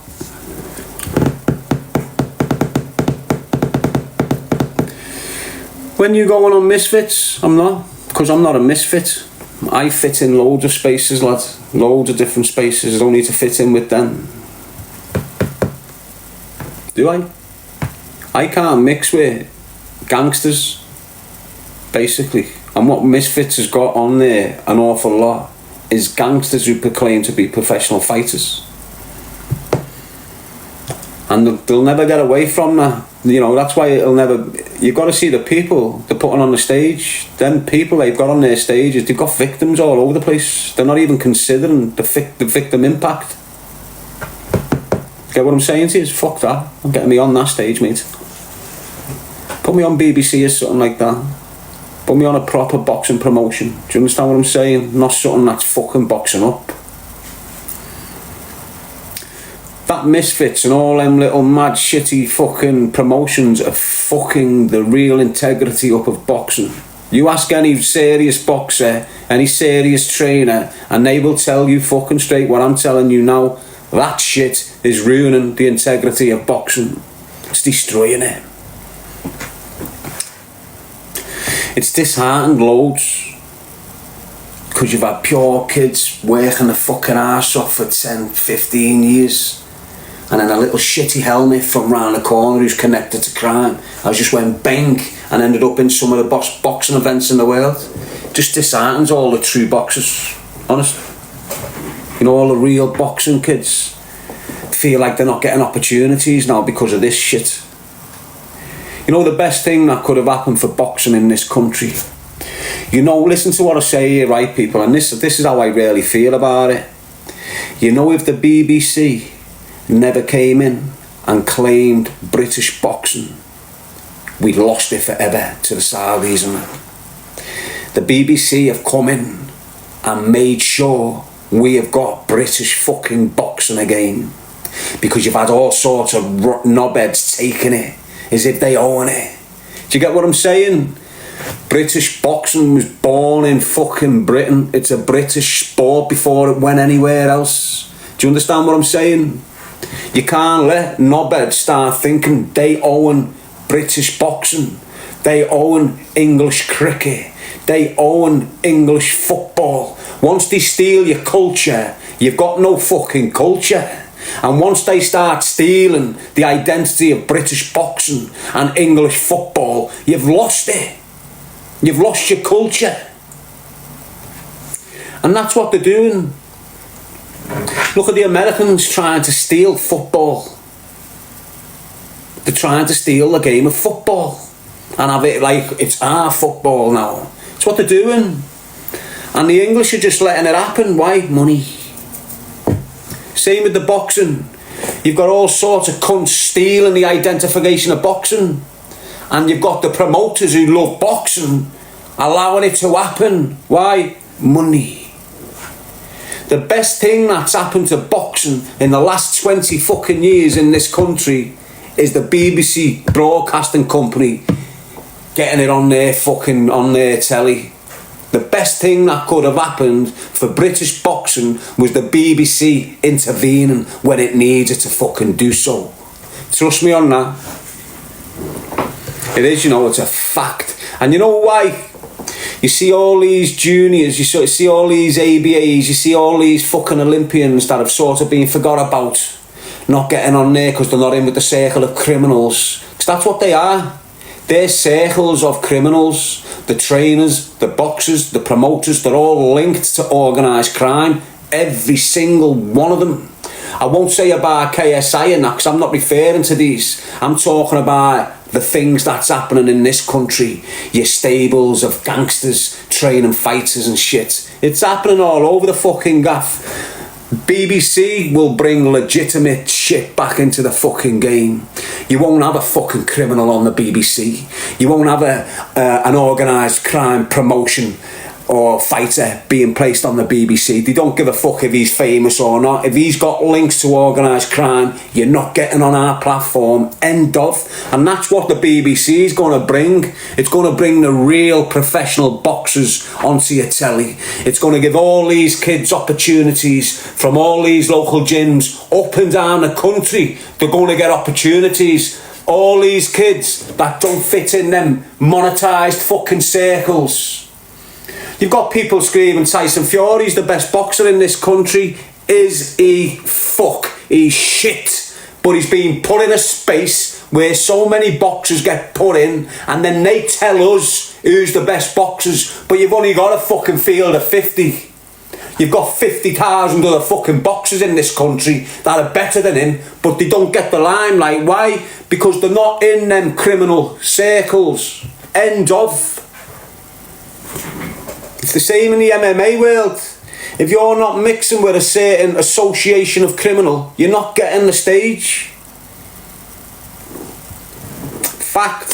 You'll have decent boxers, let's say in a gym down there, you'll have decent fucking boxing kids. And everyone knows they're fucking decent. And everyone knows they should be getting the fucking fights. But the only way that kid's gonna get them fights is if he fucks that trainer off that he's had for 20 fucking years and goes into Eddie Hearn's gym. And now he's there, he's gonna get all this money and all these fights, but you're not getting it while you're still with him, mate. So fuck him off, come over here and you can have what you want for the rest of your life. And this is what they're doing. Honest, right across the fucking board. And serious boxers, serious boxing trainers will fucking vouch for that. And that's what the BBC is going to bring back. And I'm fucking buzzing about that. Honest. Loads don't like the BBC for whatever fucking reason. But when they've got boxing, you know it's legit. You know everyone's getting a fair crack of the fucking whip. It's going to be great, lad. You know what the BBC does? It'll put a show on in your hall on a Saturday, and then on the Saturday later it'll be up there in Hull putting a show on, and then the Saturday later it'll be down there in fucking Luton putting it. Do you get what I'm saying? It targets the homegrown local boxers and puts them on stages. That's what's boss about BBC boxing. If you remember BBC boxing from years ago, you'll understand what I mean. You don't see them boxers anymore because BBC weren't in the game. I think it's a bossing that BBC's last out to that boxing, honest. Eddie Hearn, Frank Warren, watch them go to fuck on it. Watch them go to fuck on it. Why? Because they can't bully BBC. They can't treat the BBC like Ben Shalom. You can treat Ben Shalom like a fucking idiot and get him cancelled out and ruin his whole promotion, and that's what they done to him. Horrible cunts, pair of bastards them too. Telling you.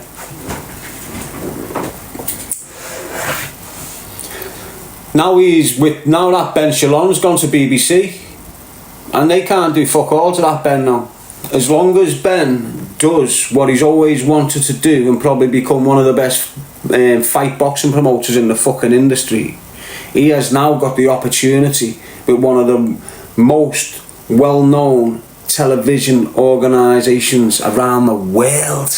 He's on that stage. Fuck your DAZN, fuck your Sky Sports, BBC, mate. You've got BBC in parts of the world where they can't afford these fucking DAZNs and this. Do you get what I'm saying? I think it's a boss move, mate. You'll have loads of little horrible cunts going, fuck them BBC, fuck that, mate. I can't wait to sit in this room and just turn BBC One on and get boxing for 2 hours for nothing. This is what I'm saying. This is what it's about.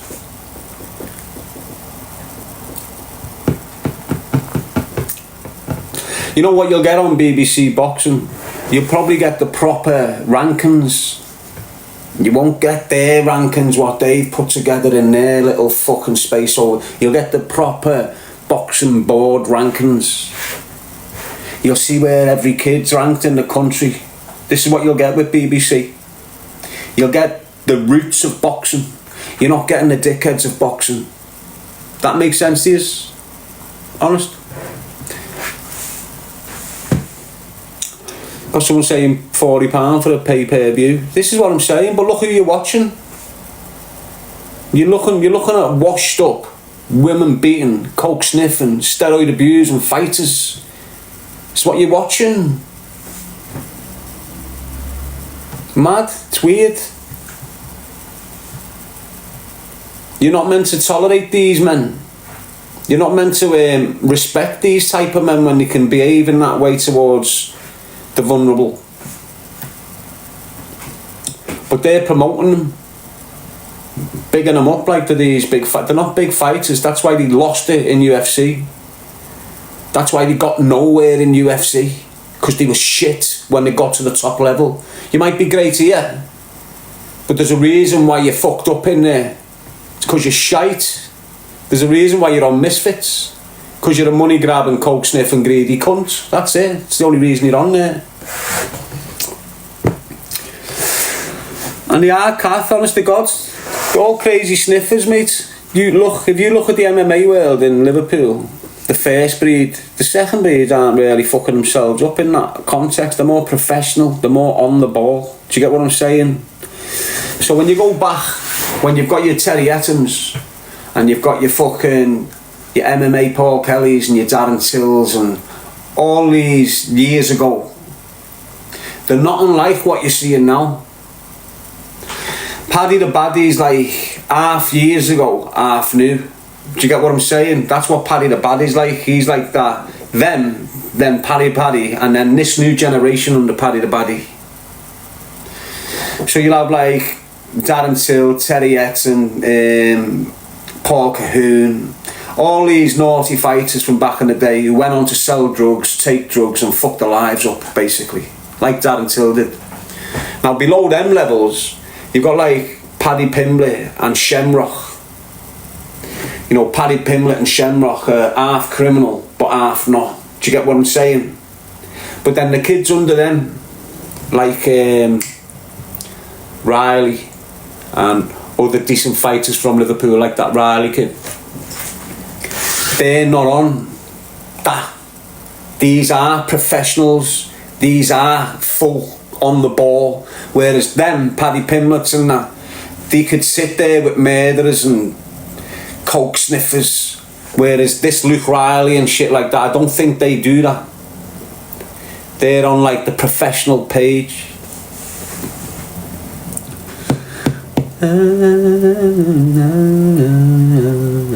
Nick Ball's a boxer, isn't he? He's not MMA. Nick Ball is pure class, isn't he? Talent.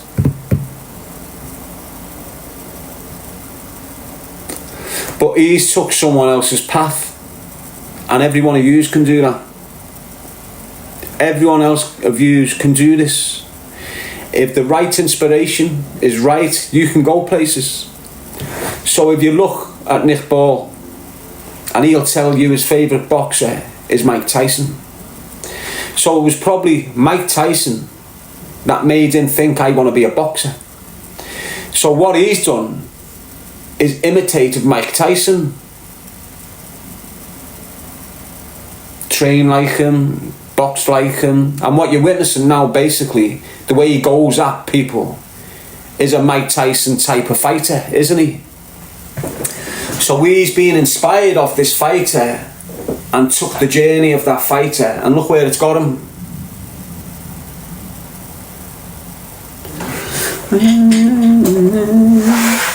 Got someone saying opinions on Lee Murray.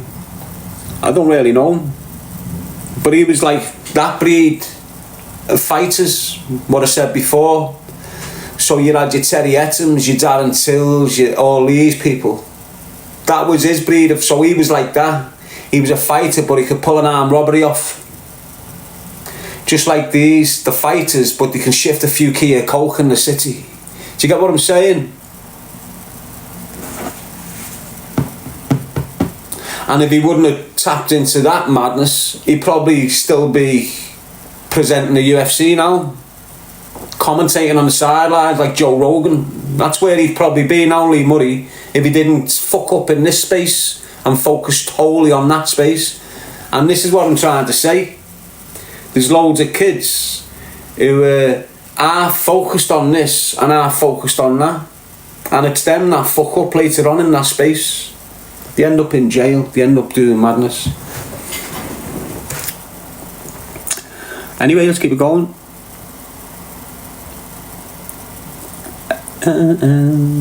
Ignore the trolls, people.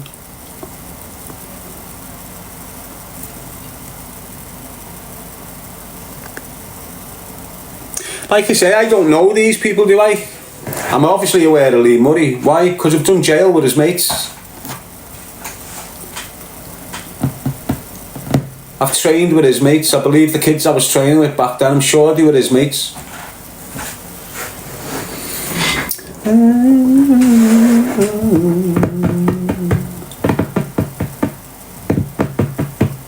But even like, he's a myth, isn't he? He's a myth and a legend, isn't he, that Lee Murray?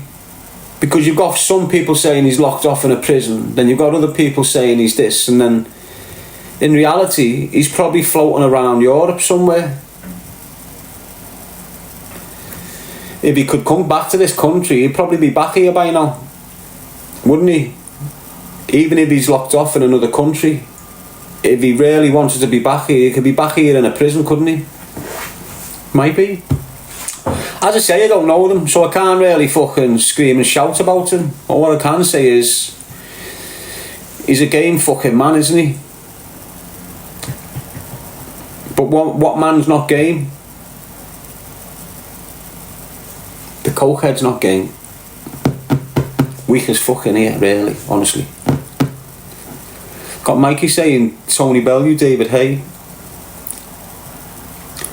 What's Darren Till like, says Mikey? I told you. I put a clip out there. Go and look at that. Go and ask him what's happened with Team Coben. Just ask him that question and watch how triggered he gets. Tell him you are a cokehead and watch how fucking angry he gets. He's an emotional wreck, isn't he, Darren Till? Have it right. Yeah, he's making a bit of dough now, so he's up there, he's thinking he's fucking great again. But that'll crumble round. And why? Because he's sniffing and taking steroids still. It all comes crumbling down again. Yes, Irish.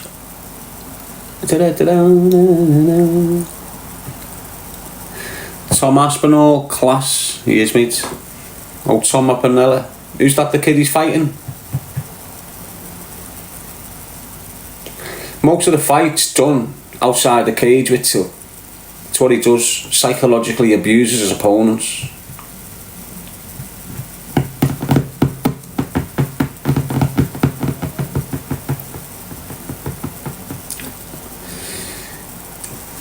You know, when you see these people, every month they change, you know. Every fucking month they change, like. It's like you'll watch that stalker last month. Terrorising pure birds, women, nanas, fucking trolling them, all mad shit. And this month he's trying to repair the damage. So now he's defending women. And he loves women and he protects women and anyone that does dirty stuff to women. But next month, or in a week, the rat will be targeting another woman. And that's what Till's like. You know, 1 minute he's a professional fighter, the next minute he's just a fucked up cokehead.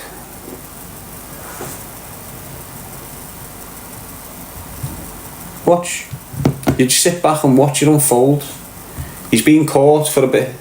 Till. He was hitting the gutter in. He got caught by misfits. He was going from there, but he's landed at misfits and he nearly fucked that up. You know, he nearly fucked that up. He would have been in the gutter if misfits never given the next chance. He's got this little chance, but the minute he gets beat, he's gone. You're going to see gangster Darren Till come to the forefront. You're not going to see fighter, MMA, UFC. You're going to see gangster Darren Till come out of his shell once he gets beat on misfits and he's not in them spaces of fighting no more. He is going to get one humiliating fucking night in that promotion on purpose.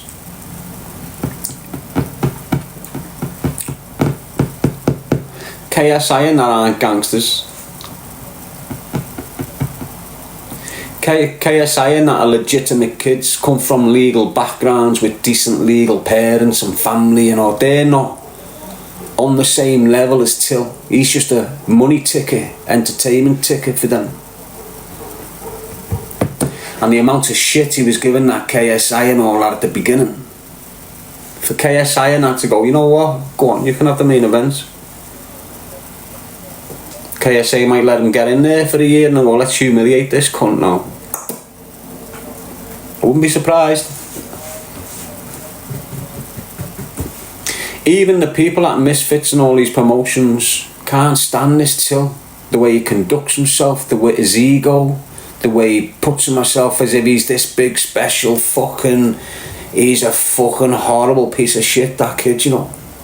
Horrible. You go to his local housing estate and ask the kids he grew up with, what was he like? And they'll tell you. You hear the story where he got fucked up with a knife and ended up fighting. The reason he got ruined because he was bullying kids. And he got fucking hurt because of it. Then he went into this fucking fight world. He just started targeting me years ago. Why? Because I was talking about the Kinahans. And when he started chatting his shit about me with the Kelly, I started looking into the Herons, Team Coben. So it's not, I'm not sitting here just going at him. They've all come at me for years. They won't do it public. Like the Furies, they don't do it publicly. Till won't do it publicly. But they'll sit there twisted off the fucking coke, trolling you to death all weekend. Trust me on it. I'm not lying. I know they've done that to me. People talk. I've had his birds messaging me, that's Darren Till's birds.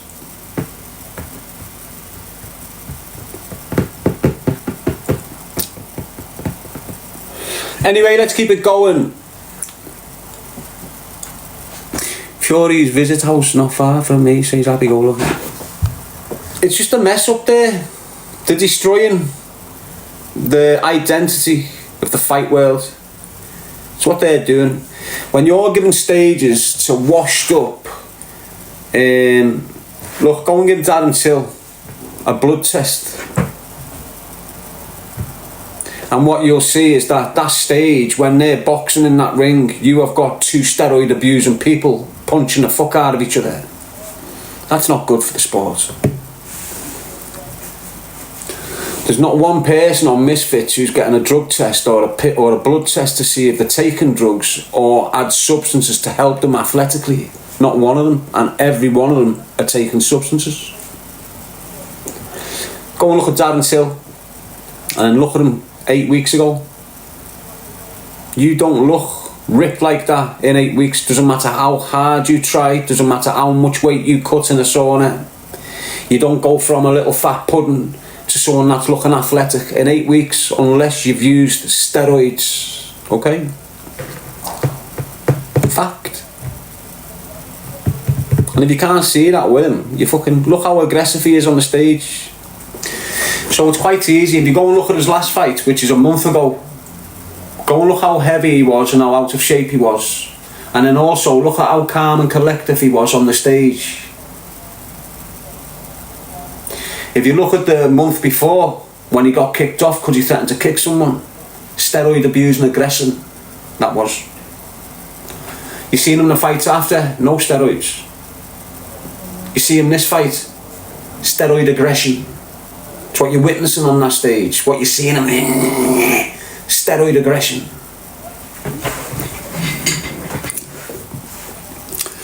Honest.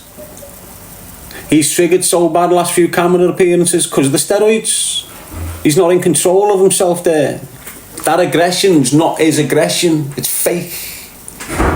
That's why he could never go the whole 9 yards. If you watch his whole UFC career, yeah, he had a good fight here, levelled him out there, but when it came to a proper fight, he gave up. He gave up. Why? Because he's always used steroids to get him across the line. Always. Loads of them off.